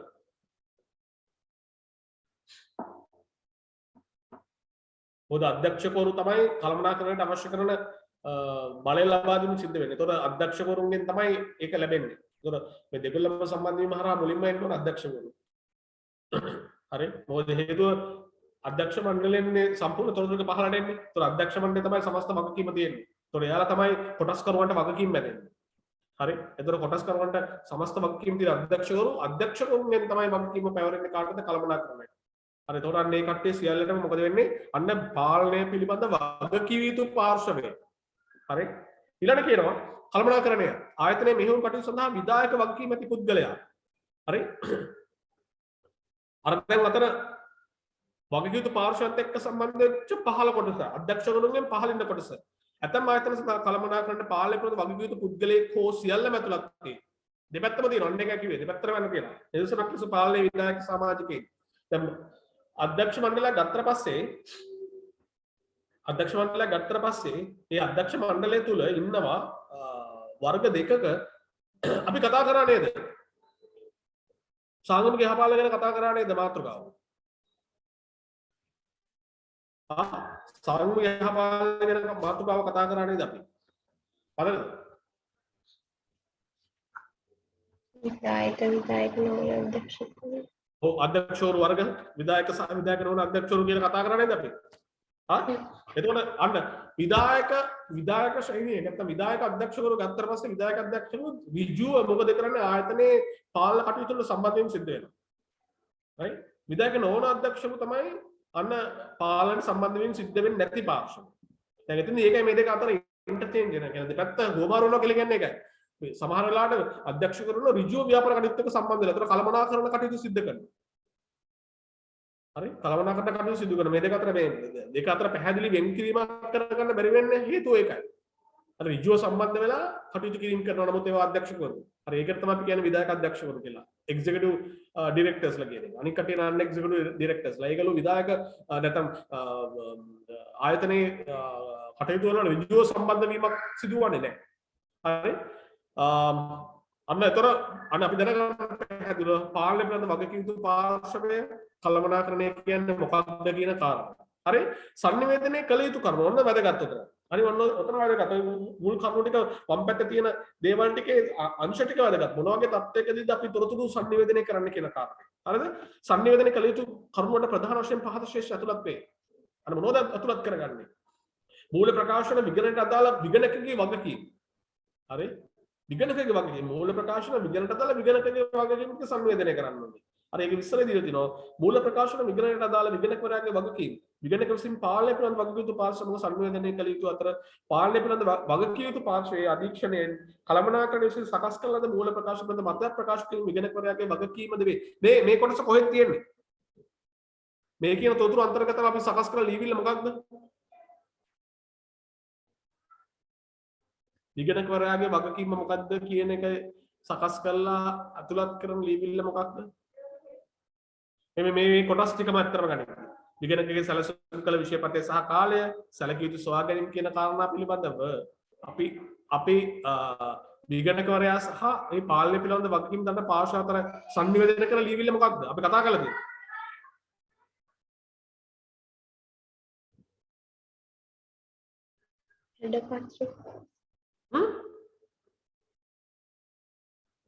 මොකද වැඩ පත්‍රයද කිව්වේ? ආ මොකද්ද කරේ? විගණනයේ බාර ගැනීමේ කොන්දේසි තියෙන කොහෙද?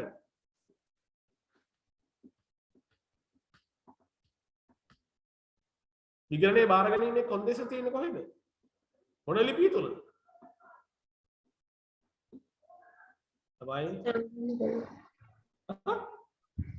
සංගම වල අපට අහුන්නේ ක්ලියර් සංගම වල ජංගම ගිරුවේ සංගම ගොනුවේ ජංගම ගොනුවේ නෑ තකුල් නෑ විගණකවරයා කියන්නේ කාර්යභාරය බාර ගැනීමේ කොන්දේසි තුලත් කරන සකස් කරලා ලියවිල්ල මොකද්ද? දවව පටලවාගෙන තියෙන්නේ විගණන ලිපි ලේඛන කියන කාරණා. විගණන ලිපි ලේඛන වලට එන්න කලින් විගණනය බාරගත්ත කියන එක සනාථ කරලා අපි කොන්දේසි තුලත් කරලා සකස් කරලා ලියවිල්ලට මොකද්ද කියන්නේ? සේවය බාර ගැනීම ලිපිය. බලන්න පටලවා ගන්න පරියාගෙන. සේවය බාර ගැනීම ලිපිය තුල අන්තර්ගත කරන්න මේවා ටික. විගණකවරයාගේ වගකීම මොකද්ද කියන කාරණේ විෂයපතේ මොකද්ද කියන කාරණා අපි කියන්නේ අර අනිවාර්යයෙන්ම ඇතුළත් කරන කරුණු තියෙනවා ඊට පස්සේ අවස්ථාවෝදිත ඇතුළත් කරන කරුණු තියෙනවා කියලා. තමයි දැන් ලියන්න ඕනේ එක්සෑම් එක. තව අද කියන 12යි. තව දවස් 12යි. හරි කල් නොගියොත් තව දවස් 12න් ලියන්න ඕනේ. හරි කටපාඩම් කරන්න පුළුවන් දේවල් මතක තබා ගැනීම කළ යුතුමයි. හරිද? ඊට පස්සේ කියන විගණනයේ සැලසුම් කළ විෂයපතය හා සහ කාලය. මොනවද තියෙන්නේ? විගණනයේ සැලසුම්ගත විෂයපතය හා කාලය පිළිබඳ දල විශ්ලේෂණයක් විගණක විසින් පාලනය කරන වගකීම් දුවයි සම්සන්නිවේදනය කළ යුතුය. අන්න කොච්චර කාලෙකින් මොනවද විෂයපතේ? ඒක කොයි කාලෙකින් ඉවර කරනවද කියන එක දල විශ්ලේෂණයක් ලබා දීම සිදු කරනවා. හරි? ඊට විගණනයේ සැලකිය යුතු සොයා ගැනීම. අන්න විගණකවරයා මේක ලබා දීම කරන්න මේ කළමනාකරන ලිපිය හරහා. ඒකට කියනවා ML එක කියලා, මැනේජ්මන්ට් ලෙටර් කියලා. හරි විගණනයේ ක්‍රියාත්මක කිරීම තුළදී විගණනයේ ක්‍රියාත්මක කිරීම කරගෙන යද්දී මොන හරි අඩුපාඩුකම් දකින්න අභ්‍යන්තර පාලන පද්ධතිය පවතිනවා. අන්නේ දේවල් ටික සංනිවේදනය කරනවා මොකද්ද කරන්නේ විගණකවරයා විසින් කළමනාකරණයට. හරි මොනවද විගණක විසින් පාලනය සම්බන්ධයෙන් වගකීම් යුතු පාර්ශ්ව සමග සංනිවේදනය කළ යුතු වන්නේ ගිණුම් කරන ප්‍රතිපත්ති, ගිණුම් කරන ඇස්තමේන්තු සහ මූල ප්‍රකාශන අනාවරණය කිරීම ඇතුළු ආයතනයේ ගිණුම් කරන භාවිතයන් සැලකිය යුතු ගුණාත්මක අංශ පිළිබඳ විගණකීය අදහස්. හරි අන්න මොන හරි අඩුපාඩුකම් දකින්නවා නම් හරි අඩුපාඩුකම් ටික මඟ හරවා ගන්න ගත යුතු ක්‍රියාමාර්ග මොනවද කියන එක ඉදිරිපත් කිරීම කරනවා කියන්නේ. ඊට විගණනයේදී පැනනගේ සැලකිය යුතු දුෂ්කරතා සමහර වෙලාවට. විගණන කරන මොන දේ දුෂ්කරතාවන් ටික ඉදිරිපත් කිරීම කරනවා මේ වගේ අවස්ථාවල සංවේදනය කිරීම කරනවා. ඊට පස්සේ පාලනය පිළිබඳ වගකීම් යුතු පාර්ශවයේ සියල්ලන්ම ආයතනය කළමනාකරණය කිරීමට සම්බන්ධ නොවන්නේ නම් සාකච්ඡාවට භාජනය වූ විගණනයන් පැනනගෙන වැදගත් කරුණු තිබේ නම් කළමනාකරණය සමග ලිපි හුවමාරු කිරීමට අවස්ථාවක් ඇත. අන්න මොකද වෙන්නේ සමහර වෙලාවට සමහර කරුණු සම්බන්ධයෙන් හැම කෙනාම සම්බන්ධ වීම සිදු වෙන්නේ නැත්නම් අනිත් පැත්තෙන් වැදගත් කරුණු තිබෙන අවස්ථාවකදී අන්න මොකද කරන්නේ සංනිවේදනය සිද්ධ කළ යුතුයි. හරි විගණනයේ සැලකිය යුතු සොයාගෙන ඔය වම් පැත්තේ තියෙන අංශ 4 හොඳට මතක තියාගන්න. හරි සංනිවේදනය කළ යුතු අවස්ථාවන් 4. හරි ඊළඟට මොකද කරන්නේ විගණකවරයාගේ ගණන ස්වාධීනත්වය. හරි මොකද්ද මේ කියන්නේ? අර අපි කිව්වා විගණකවරයාගේ ආචාර ධර්ම පදයට අනුකූල වෙනවා නම් ඒකේ මුල්ම එක තමයි ස්වාධීනත්වය කියන කාරණය. හරි මොකක්ද කියන්නේ? විගණක විසින් ඉල්ලා සිටින අරකට උදේකට මේකට විගණක විසින් ඉල්ලා සිටින ලිඛිත නියෝජනයකින් විගණකගේ වෘත්ති විනිශ්චයට අනුව දී විගණනයෙන් පැනනගෙන වෙනත් කරුණු තිබේ නම් ඒවා මූල්‍ය වාර්තා කරන ක්‍රියාවලිය අධීක්ෂණයට වැදගත් වේ. හරිද? අන්න විගණක විසින් ඉල්ලා සිටින ලිඛිත නියෝජන අපි කියන ලිඛිත නියෝජනයක් ඉල්ලා සිටින අවස්ථාවක් තියෙනවා කියලා. ඒ ලිඛිත නියෝජනයන් ලබා දීම සිද්ධ කරන්න කළමනාකරණය තොරතුරු ලබා දීම සිද්ධ කරන්න වෙනවා. මොකද හේතුව වෙන කිසිම ප්‍රභවයක් නැහැ තොරතුරු ඒකරාශී කරන්න. තියෙන එකම ප්‍රභවය තමයි කළමනාකරණය. ඒක නිසා කළමනාකරණ ලිඛිත නියෝජනයක් ලබා දීම සිද්ධ කරන්න වෙනවා. ඊළඟට කියන විගණකයේ වෘත්ති විනිශ්චයට අනුව දී විගණනයෙන් පැනනගෙන වෙනත් කරුණු තිබේ නම් ඒවා මූල්‍ය වාර්තා කරන ක්‍රියාවලිය අධීක්ෂණයට වැදගත් වේ. අන්න සමහර තොරතුරු තියෙන්න පුළුවන් විගණකරයා හඳුනා ගන්නවා. හරිද? සමහර තොරතුරු අපි කියමු උදාහරණයක් විදිහට සමහරලාට අභ්‍යන්තර පාලන පද්ධතියේ පවතින දුර්වලතාවක්. හරි? අපි කියමු ගැනුම් ක්‍රියාවලියේ පවතින දුර්වලතාවක් හඳුනා ගැනීම කරනවා. ඒ හඳුනා ගැනීම ගත්තට පස්සේ ඒ හඳුනා ගැනීම යටතේදී මොන වගේ තත්ත්වයන් ඇති කිරීම කරන්න ඕනද? දැන් උදාහරණයකට දැන් තවදුරටත් මම හොඳ උදාහරණයක් කියන්නකෝ. දැන් සමහර දැන් කියමුකෝ සමහර ලෝන් එකක් ගන්න දැන්. හරි දැන් අපි කියමුකෝ මොන හරි ස්ථාවරත්කමක් මිලදී ගැනීම කරන්න මොන හරි ලෝන් එකක් අපි ගන්නවා කියලා ආයතන පැත්තෙන්. දැන් ඒතකොට සමහරලාට ඒ ලබා ගන්නා වූ මූල්‍ය ආයතනය සහ ආයතනය අතර තියෙන යම්කිසි ගිවිසුමක්. ඒ ගිවිසුම තුළ තියෙනවා අනිවාර්යෙන්ම මේ මුදල් ටික පරිහරණය කරන්න පුළුවන් වෙන්නේ ඒ වත්කම මිලදී ගැනීම සඳහා පමණයි කියලා කොන්දේසියක්. දැන් සමහර වෙලාවට ඒ කියන මුදල් ටික ඒ වත්කම සඳහා භාවිතා කරලා නැත්නම් අන්න විගණකරණයට සොයාබැලීම ලක් කරන්න පුළුවන් ඇත්තටම ඒ කියන ගිවිසුම් වල තියෙන කොන්දේසි ඉටු කළාද නැද්ද කියන කාරණා පිළිබඳව. අන්න විගණකරණ අධීක්ෂණය කරන්න පුළුවන්. හරි? එතකොට මොකද වෙලා තින්නේ? අන්න ලෝන් කෝවෙනන්ස් කියලා නෝට කියන ලෝන් කෝවෙනන්ස් කියලා. හරි? ඒ දේවල් වලට අනුගත වෙලා නැහැ. හරි? අනුගත නොවීම නිසා සමහරවිට මොකද වෙන්නේ? ආයතනයේට අනාගතයේදී යම්කිසි බලපෑමකට ලක් විය හැකි. අන්නේ තත්ත්වයන් විගණකවරය අධීක්ෂණය කරනවා නම් අන්නේ තත්ත්වයන් ටික සංනිවේදනය කළ යුතු වෙනවා. හරිද? ඊළඟ ලයිස්තුගත ආයතන සම්බන්ධයෙන් විගණක විසින් පාලනය පිළිබඳ වගකීම් යුතු පාර්ශ්වමක පහත දැන් සංනිවේදනය කළ යුතුය. මොනවද? විගණන කණ්ඩායම සහ සමාගමේ අනිකුත් අය සුදුසු පරිදි සමාගම් සහ අදාළ වලට ජාල සමාගම් සමග ස්වාධීනත්වයේ සම්බන්ධයෙන් අදාළ ආචාර්යත්ව අවශ්‍යතාවට අනුකූලව ඇති බවට ප්‍රකාශයක්. සාමාන්‍යයෙන් ඕනම ඔඩිටර් කෙනෙක් හරිද විගණන කාර්යභාරයට සම්බන්ධ වෙන්න කලින් තමන්ගේ තියෙන මොන හරි සම්බන්ධයක් තියෙනවා නම් ඒ ආයතනයට අපි කියමු උදාහරණයක් විදිහට මොන හරි ABC සමාගමත් එක්ක විගණනයක් කරන්න යනවා කියලා මම හරි. ඒතර මම යනවා නම් මම ABC සමාගමත් එක්ක තියෙන මොන හරි සම්බන්ධතාවක් තියෙනවා නම් මූල්‍යමය සම්බන්ධතාවක් හෝ මගේ වෙන යාත් සම්බන්ධතාවක් තියෙනවද නැද්ද කියන එක පිළිබඳව තොරතුරු අනාවරණය කිරීමක් කරන්න ඕනේ. ඒ හරහා මොකද වෙන්නේ? අනාවරණය කිරීම කරද්දී මගේ සම්බන්ධතාවක් තියෙනවා නම් ඒ විගණනයට සහභාගී වීමෙන් වැළකී සිටින්න මම කටයුතු කිරීම කරන්න ඕනේ. හරි අන්න එක සහතින මොකද ස්වාධීනත්වය ආරක්ෂා කරන්න නම් ස්වාධීනත්වය ආරක්ෂා වුනේ නැත්නම් අපිට අපක්ෂපාතී මතයක් ඉදිරිපත් කරන්න තියෙන අවස්ථාවක් නැහැ. හරි ඒ අපක්ෂපාතී මතයක් ඉදිරිපත් කරන්න තියෙන අවස්ථාව බගහැරෙන්න මූලික හේතුව ස්වාධීනත්වය ආරක්ෂා නොවීම. අන්න ඒක ඒ තත්ත්වය ඇති කරගන්න තමයි මෙන්න මේ කියන කාර්යය තියෙන්නේ. මොකද ලිඛිත ප්‍රකාශයක් ලබා දුන්න සිද්ධ කිරීම කරන්න. හරි ඊට පස්සේ කියනවා සමාගම ජාල සමාගම්. මේ ජාල සමාගම් කියන්නේ මොනවද? වලද්දට සමූහයක් කියන එක. හරිද? ආයතන අතර සියලු සම්බන්ධතා සහ වෙනත් කරුණු විගණකයේ වෘත්තීය විනිශ්චයේදී ස්වාධීනත්වයේ දැරීමට සාධාරණයි සිටිය හැකිය. සමාගම සහ ජාල සමාගම් විසින් ආයතනයකට සපෙන් ලැබෙන විගණන හා විගණන නොවන සේවා සඳහා මූල ප්‍රකාශන මගින් ආවරණය වන කාල සීමාව තුළ ආයතන ලැබෙන මුළු ගාස්තු සහ ආයතන විසින් පාලනය කළ ලබන සංරක්ෂකමයට ඇතුළත් වේ.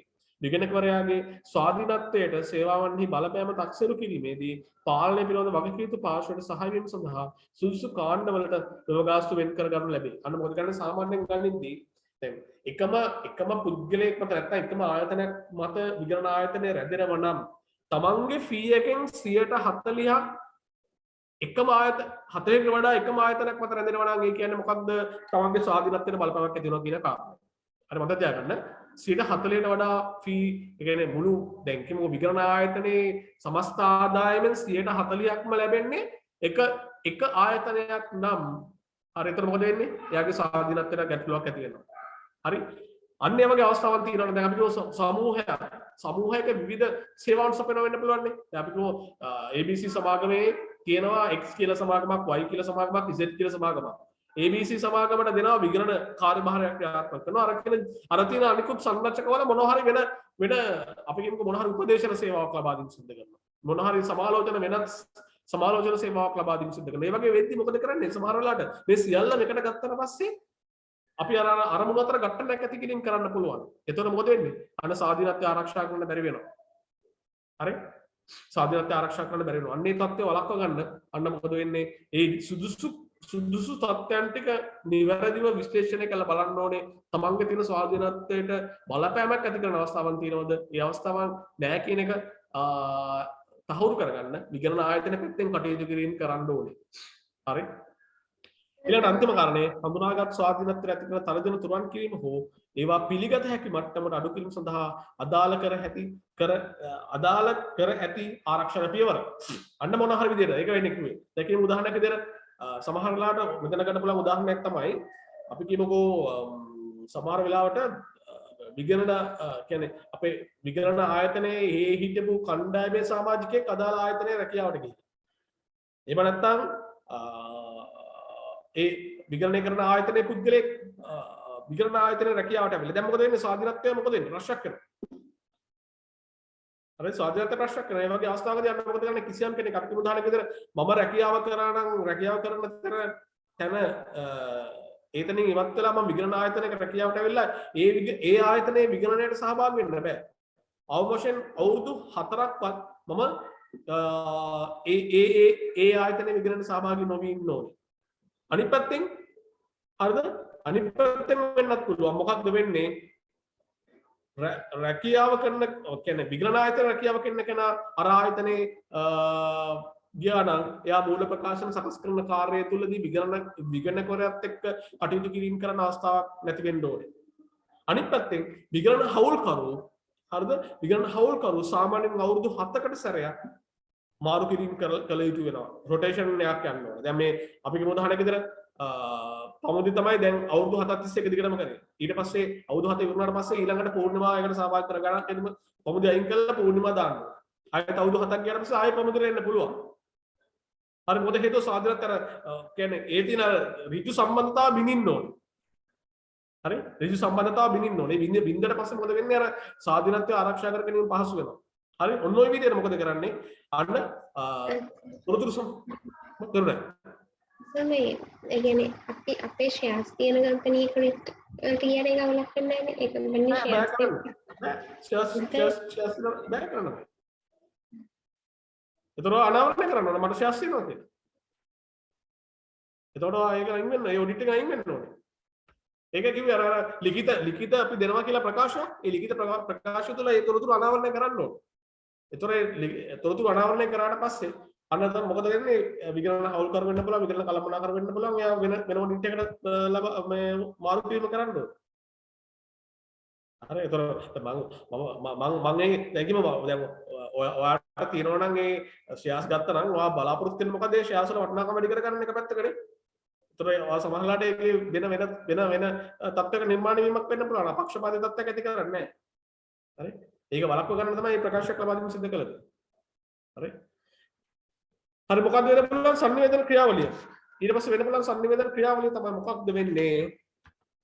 විගණක විසින් සංනිවේදනයේ ස්වභාවය වේලාව සහ අපේක්ෂිත සංනිවේදනයේ පොදු අන්තර්ගතය පාලනය පිළිබඳ වගකීම් යුතු පාර්ශ්වයන්ව සංනිවේදනය කළේ. ඒතර දැන් එයා බලාපොරොත්තු දැන් අපි කොහොමද මම කියවල තියාගෙන විගණන ක්‍රියාවලිය තුළදී අභ්‍යන්තර පාලන පද්ධතිය පද දුර්වලතා ටික හඳුනාගෙන කළමනාකරන ලිපියක් ලබා දීම සිදු කරනවා කියලා. හරි කළමනාකරන ලිපියක් ලබා දීම සිදු කරනවා කියලා. අන්නේ කළමනාකරන ලිපිය තුළ දැන් මේවා කොයි අවස්ථාවේදීද මොන වෙලාවෙදීද ලබා දෙන්නේ කියන එක පිළිබඳ නිවැරදි අවස්ථාවන් පිළිබඳව සංනිවේදනය කරලා තියෙනවා. හරි නිවැරදි මෙතන දාගන්න විගණනයේ සැලකිය යුතු සොයා ගැනීම කියන තැනට දාගන්න කළමනාකරන ලිපිය හරහා තොරතුරු ලබා දීම කියලා. විගණනයේ සැලකිය යුතු සොයා ගැනීම කියන තැනට දාගන්න කළමනාකරන ලිපිය හරහා තොරතුරු ලබා දීම.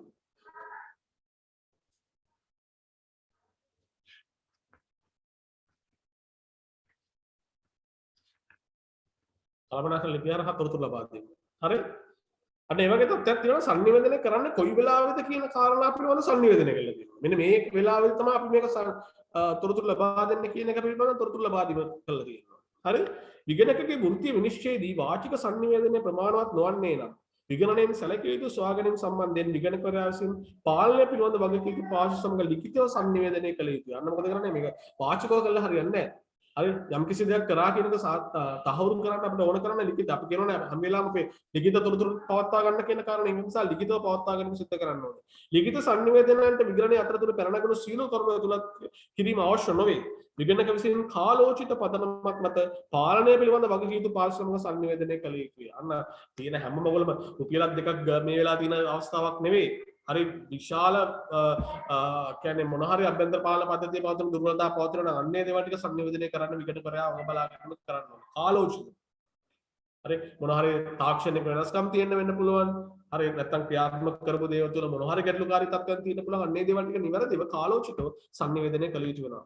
විගණන කටයුතු සඳහා විගණකවරයා සහ පාලනය පිළිබඳ වගකීම් යුතු පාර්ශ්ව අතර ද්විමාර්ග සංනිවේදනයේ ප්‍රමාණවත්දයි විගණක විසින් නැගීමට ලක් කළ යුතුයි. අන්න ද්විමාර්ග කියලා කියන්නේ දෙපැත්තට two way process එකක්.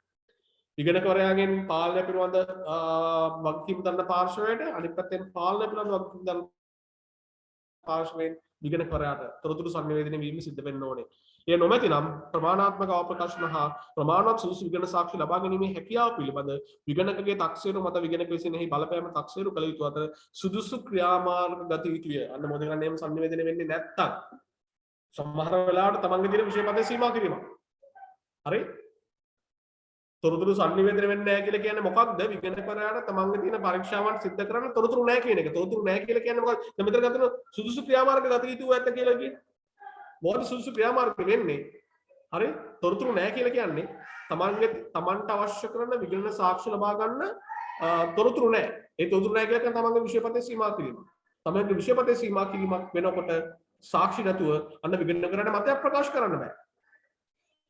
හරි? මතයක් ප්‍රකාශ කරන්න බෑ. අන්න මතයක් ප්‍රකාශ කරන්න බැරි වෙනකොට මොකද්ද කරන්නේ? විගණනකරයා මතය ව්‍යාචනය කිරීමක් කරනවා.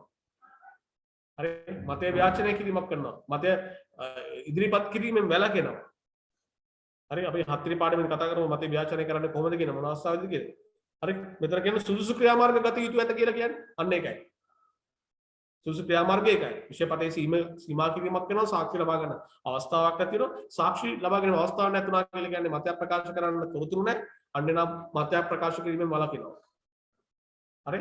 මතයක් ප්‍රකාශ කිරීමෙන් වළකිනවා. දැන් අභ්‍යන්තර පාලනයේ න්‍යායතාවය.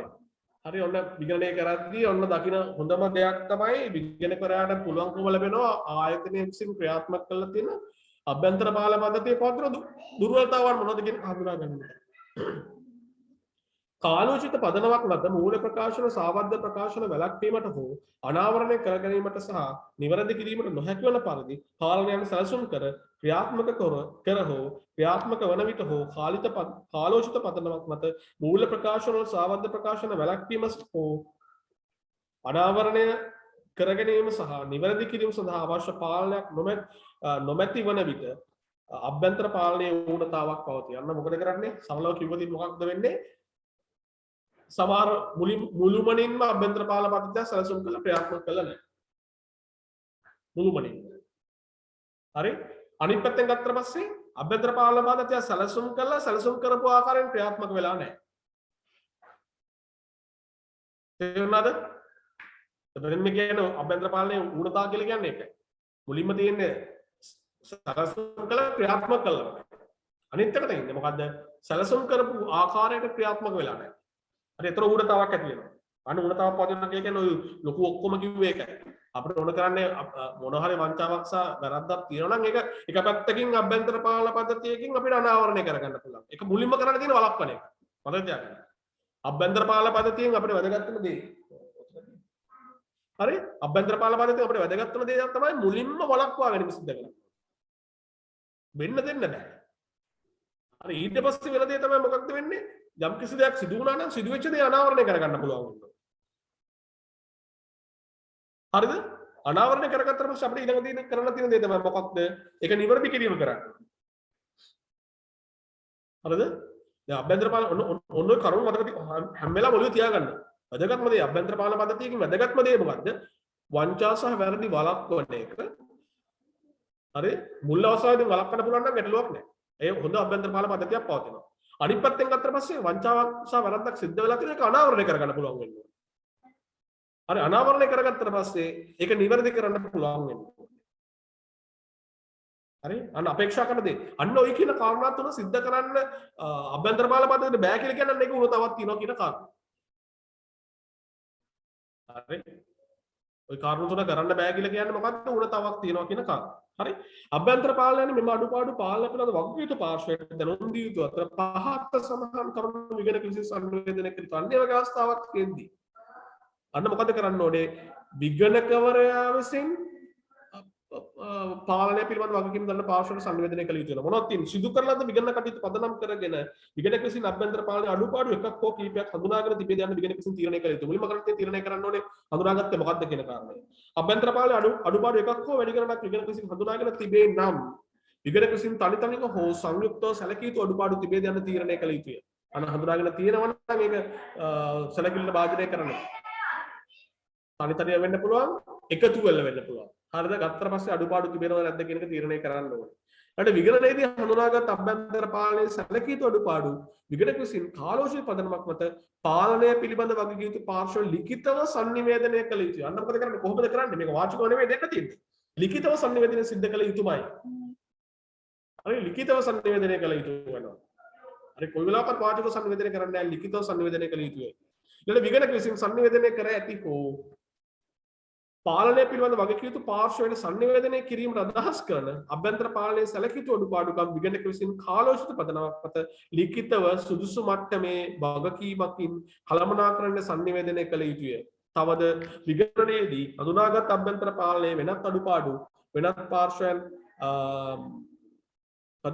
වෙනත් පාර්ශවයන් විසින් කළමනාකරණ සංනිවේදනය කර නොමැති සහ විගණකගේ වෘත්තීය විනිශ්චයේදී කළමනාකරණයේ අවධානය යොමු කිරීමට ප්‍රමාණවත් වැදගත්කමක් ඇති බව පෙනෙන අඩුපාඩුද කළමනාකරණ සංනිවේදනය කළ යුතුය. අන්න මොකද කරන්නේ?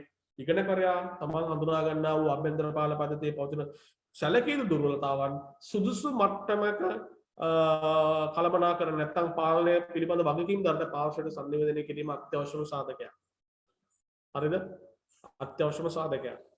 එයා හඳුනාගෙන දැන් අපි කිව්ව උදාහරණයක් විදිහට විගණකරයා දකිනවා තියාගෙන අඩුපාඩුකම් තියෙනවා කියලා. අඩුපාඩුකම් ටික සංනිවේදනය නොකර සිටීම කරන්න බෑ. හරි තමන්ගේ ආචාරණ පද්ධතියට කටයුතු කිරීම කරනවා නම් එතකොට මොකද වෙන්නේ? යන්නේ විගණකරයා විසින් තමන් හඳුනා ගන්නා වූ තොරතුරු ටික අදාළ කළමනාකරණයේ අභ්‍යන්තර පාලන පද්ධතිය ශක්තිමත් කර ගැනීම සඳහා සංනිවේදනය කළ යුතුයි. හරි? සංනිවේදනය කළ යුතුයි. හරි අභ්‍යන්තර පාලන උනත සංනිවේදනය ආයසරය ඊට පස්සේ කියනවා මොකද ඒක වෙනස? උදේ එකයි මේකයි. අභ්‍යන්තර පාලනයන්හි ඌනතාවය මේක සංනිවේදනය. හරිද? අභ්‍යන්තර පාලනයේ සැලකිය අඩුපාඩු පිළිබඳ ලිඛිත සංනිවේදන විගණකරයා විසින් පහත සඳහන් දෑ ඇතුළත් කළ යුතුය. අඩුපාඩු පිළිබඳ විස්තරයක් සහ ඒවායේ විභව බලපෑම් පිළිබඳ පැහැදිලි කිරීමක්. මම උඩ පොඩි පොඩ්ඩක් පෙන්නන්නම්.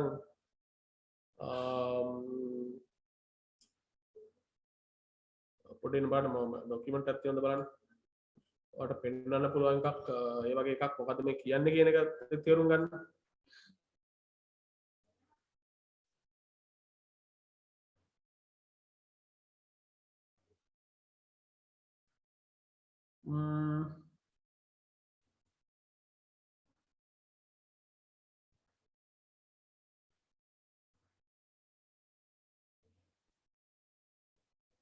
හරි මම එකක් තියෙනවා.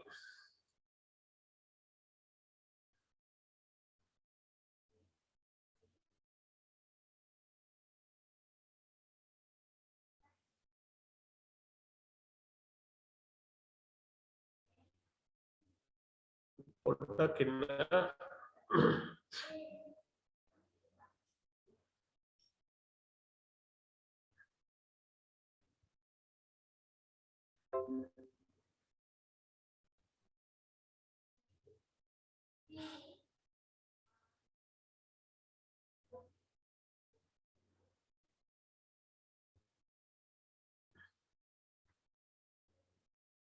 ඔන්න ඕ කට්ටියට ටක් ගාලා වීඩියෝ ඔෆ් කරගෙන කොහෙද ගියේ?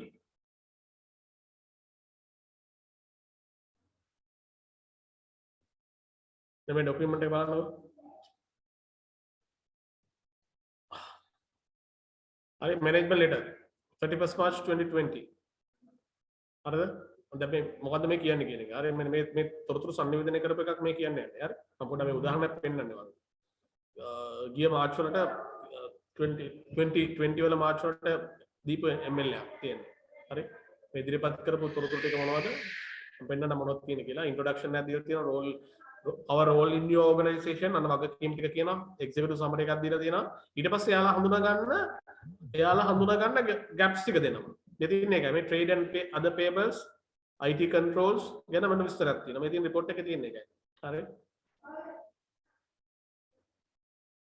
හරි මේ තියෙන area trade and other payables right trade and other payables කියලා කියන්නේ මොකක්ද? මේ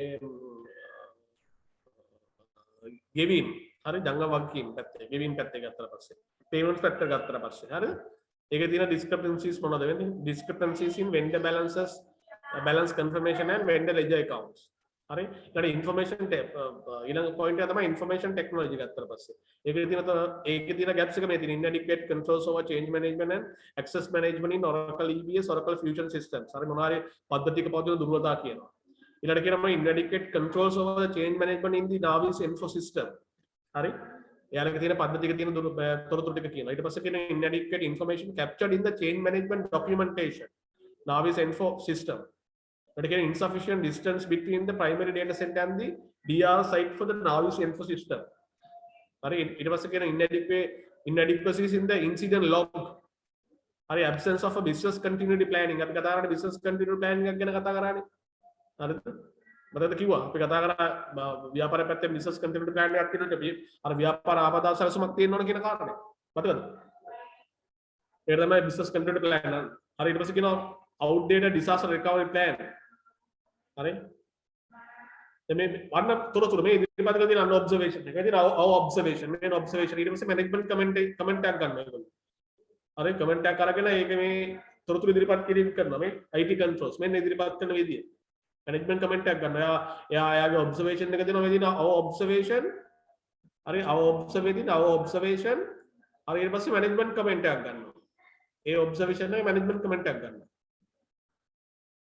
හරි අන්න මේ විදිහට මොකද කරන්නේ දෙන්න අතර නිවැරදි සංනිවේදනයක් සිද්ධ වෙන්නේ පාර්ශ්ව දෙපැත්තම යනවා අර පැහැදිලි කිරීමක් මෙතන කියන අඩුපාඩු පිළිබඳ විස්තරයක් සහ ඒවයි විභව බලපෑම් පිළිබඳ පැහැදිලි කිරීමක් මේක කියනවා හරි මේ උදාහරණයක් ගන්නවා මේ inadequacies exist in responsibility of service level agreement හරි SLAs වල තියෙන ප්‍රශ්නයක් කියන්නේ හරි as per the management explanation the application database and operating system level change management, access management and backup and incident management activities are performed in the production environment by the software vendor or supplier through their own user accounts of the Oracle Fusion and Oracle EBS systems. We noted that there was no formal authorization for those responsibilities through the service level agreements of the vendor supplier. On the observation. Further, the activities performed through the vendor and supply accounts are not monitored through remote desktop tool. අන්න කියන ආයතන පැත්තෙන් ගනිද්දී ආයතනයක remote බලන්නේ නැහැ කියලා. Such as TeamViewer, no or logs taken by IT personnel to verify vendor activities and access attempts. අන්න මොකද කියන්නේ මෙයා? අන්න කියනවා මොකද්ද observation එක කියන එක. හරි ඒකේ implication එක තමයි inadequate controls over change management and access management in Oracle EBS and Oracle Fusion system කියන එක. දැන් මේ කරුණු ටික තමයි මේ ඉදිරිපත් කිරීම කළේ. හරි ඊට පස්සේ කියනවා සංනිවේදනයේ අන්තර්ගතය දැන් ඔයාගේ note එක පොන්න සංනිවේදනයේ අන්තර්ගතය අවබෝධ කර ගැනීමට පාලනය පිළිබඳ වගකීම් යුතු පාර්ශ්වයට සහ කළමනාකරන හැකියතරම් තොරතුරු ලබා දිය යුතුයි. විගණකයන් පහසුකම් කරන විශේෂයෙන් පැහැදිලි කළ යුතුයි. විගණකගේ ආරම්භන වූයේ මූල ප්‍රකාශන පිළිබඳ විගණකවරයාගේ මතයක් ප්‍රකාශ කිරීමයි විගණනයට ඇතුළත් වූයේ තත්ත්වයන් යටතේ සූසු විගණන ක්‍රියාපටිපාටි සැලසුම් කිරීම ක්‍රියාත්මක කිරීම සඳහා මූල ප්‍රකාශන සැකසීමට අදාළ අභ්‍යන්තර පාලනය සලකා බැලීම නිසා අභ්‍යන්තර පාලනයේ ඵලදායීතාව පිළිබඳ මතයක් ප්‍රකාශ කිරීම ආරම්භ නොවේ. අන්න ඒක පැහැදිලිව කියන්න වෙනවා. හරිද? මේක සිද්ධ වෙලා තියෙන්නේ මොකද්ද වෙන්නේ? මේක මොකද්ද මේක කරේ මොකක් නිසාද? කොයි අවස්ථාවේදී සිද්ධ වුනේ කියන එක. This report summarizes various observations related to the internal controls, financial position and the results of operation observed during the course of the above audit of ආයතන නාම තියෙනවා. හරිද? ඊට පස්සේ කියනවා our review of the company of system internal control was carried out to assist us in expressing an opinion on the accounts of the company. හරි යාළගේ අන්න මෙතන මේ කිව්ව කාරණේ කියනවා මෙතන It was our work was not primarily directed towards the discovery of weaknesses or the detection of fraud and should not therefore be relied upon to show that no other weaknesses exist.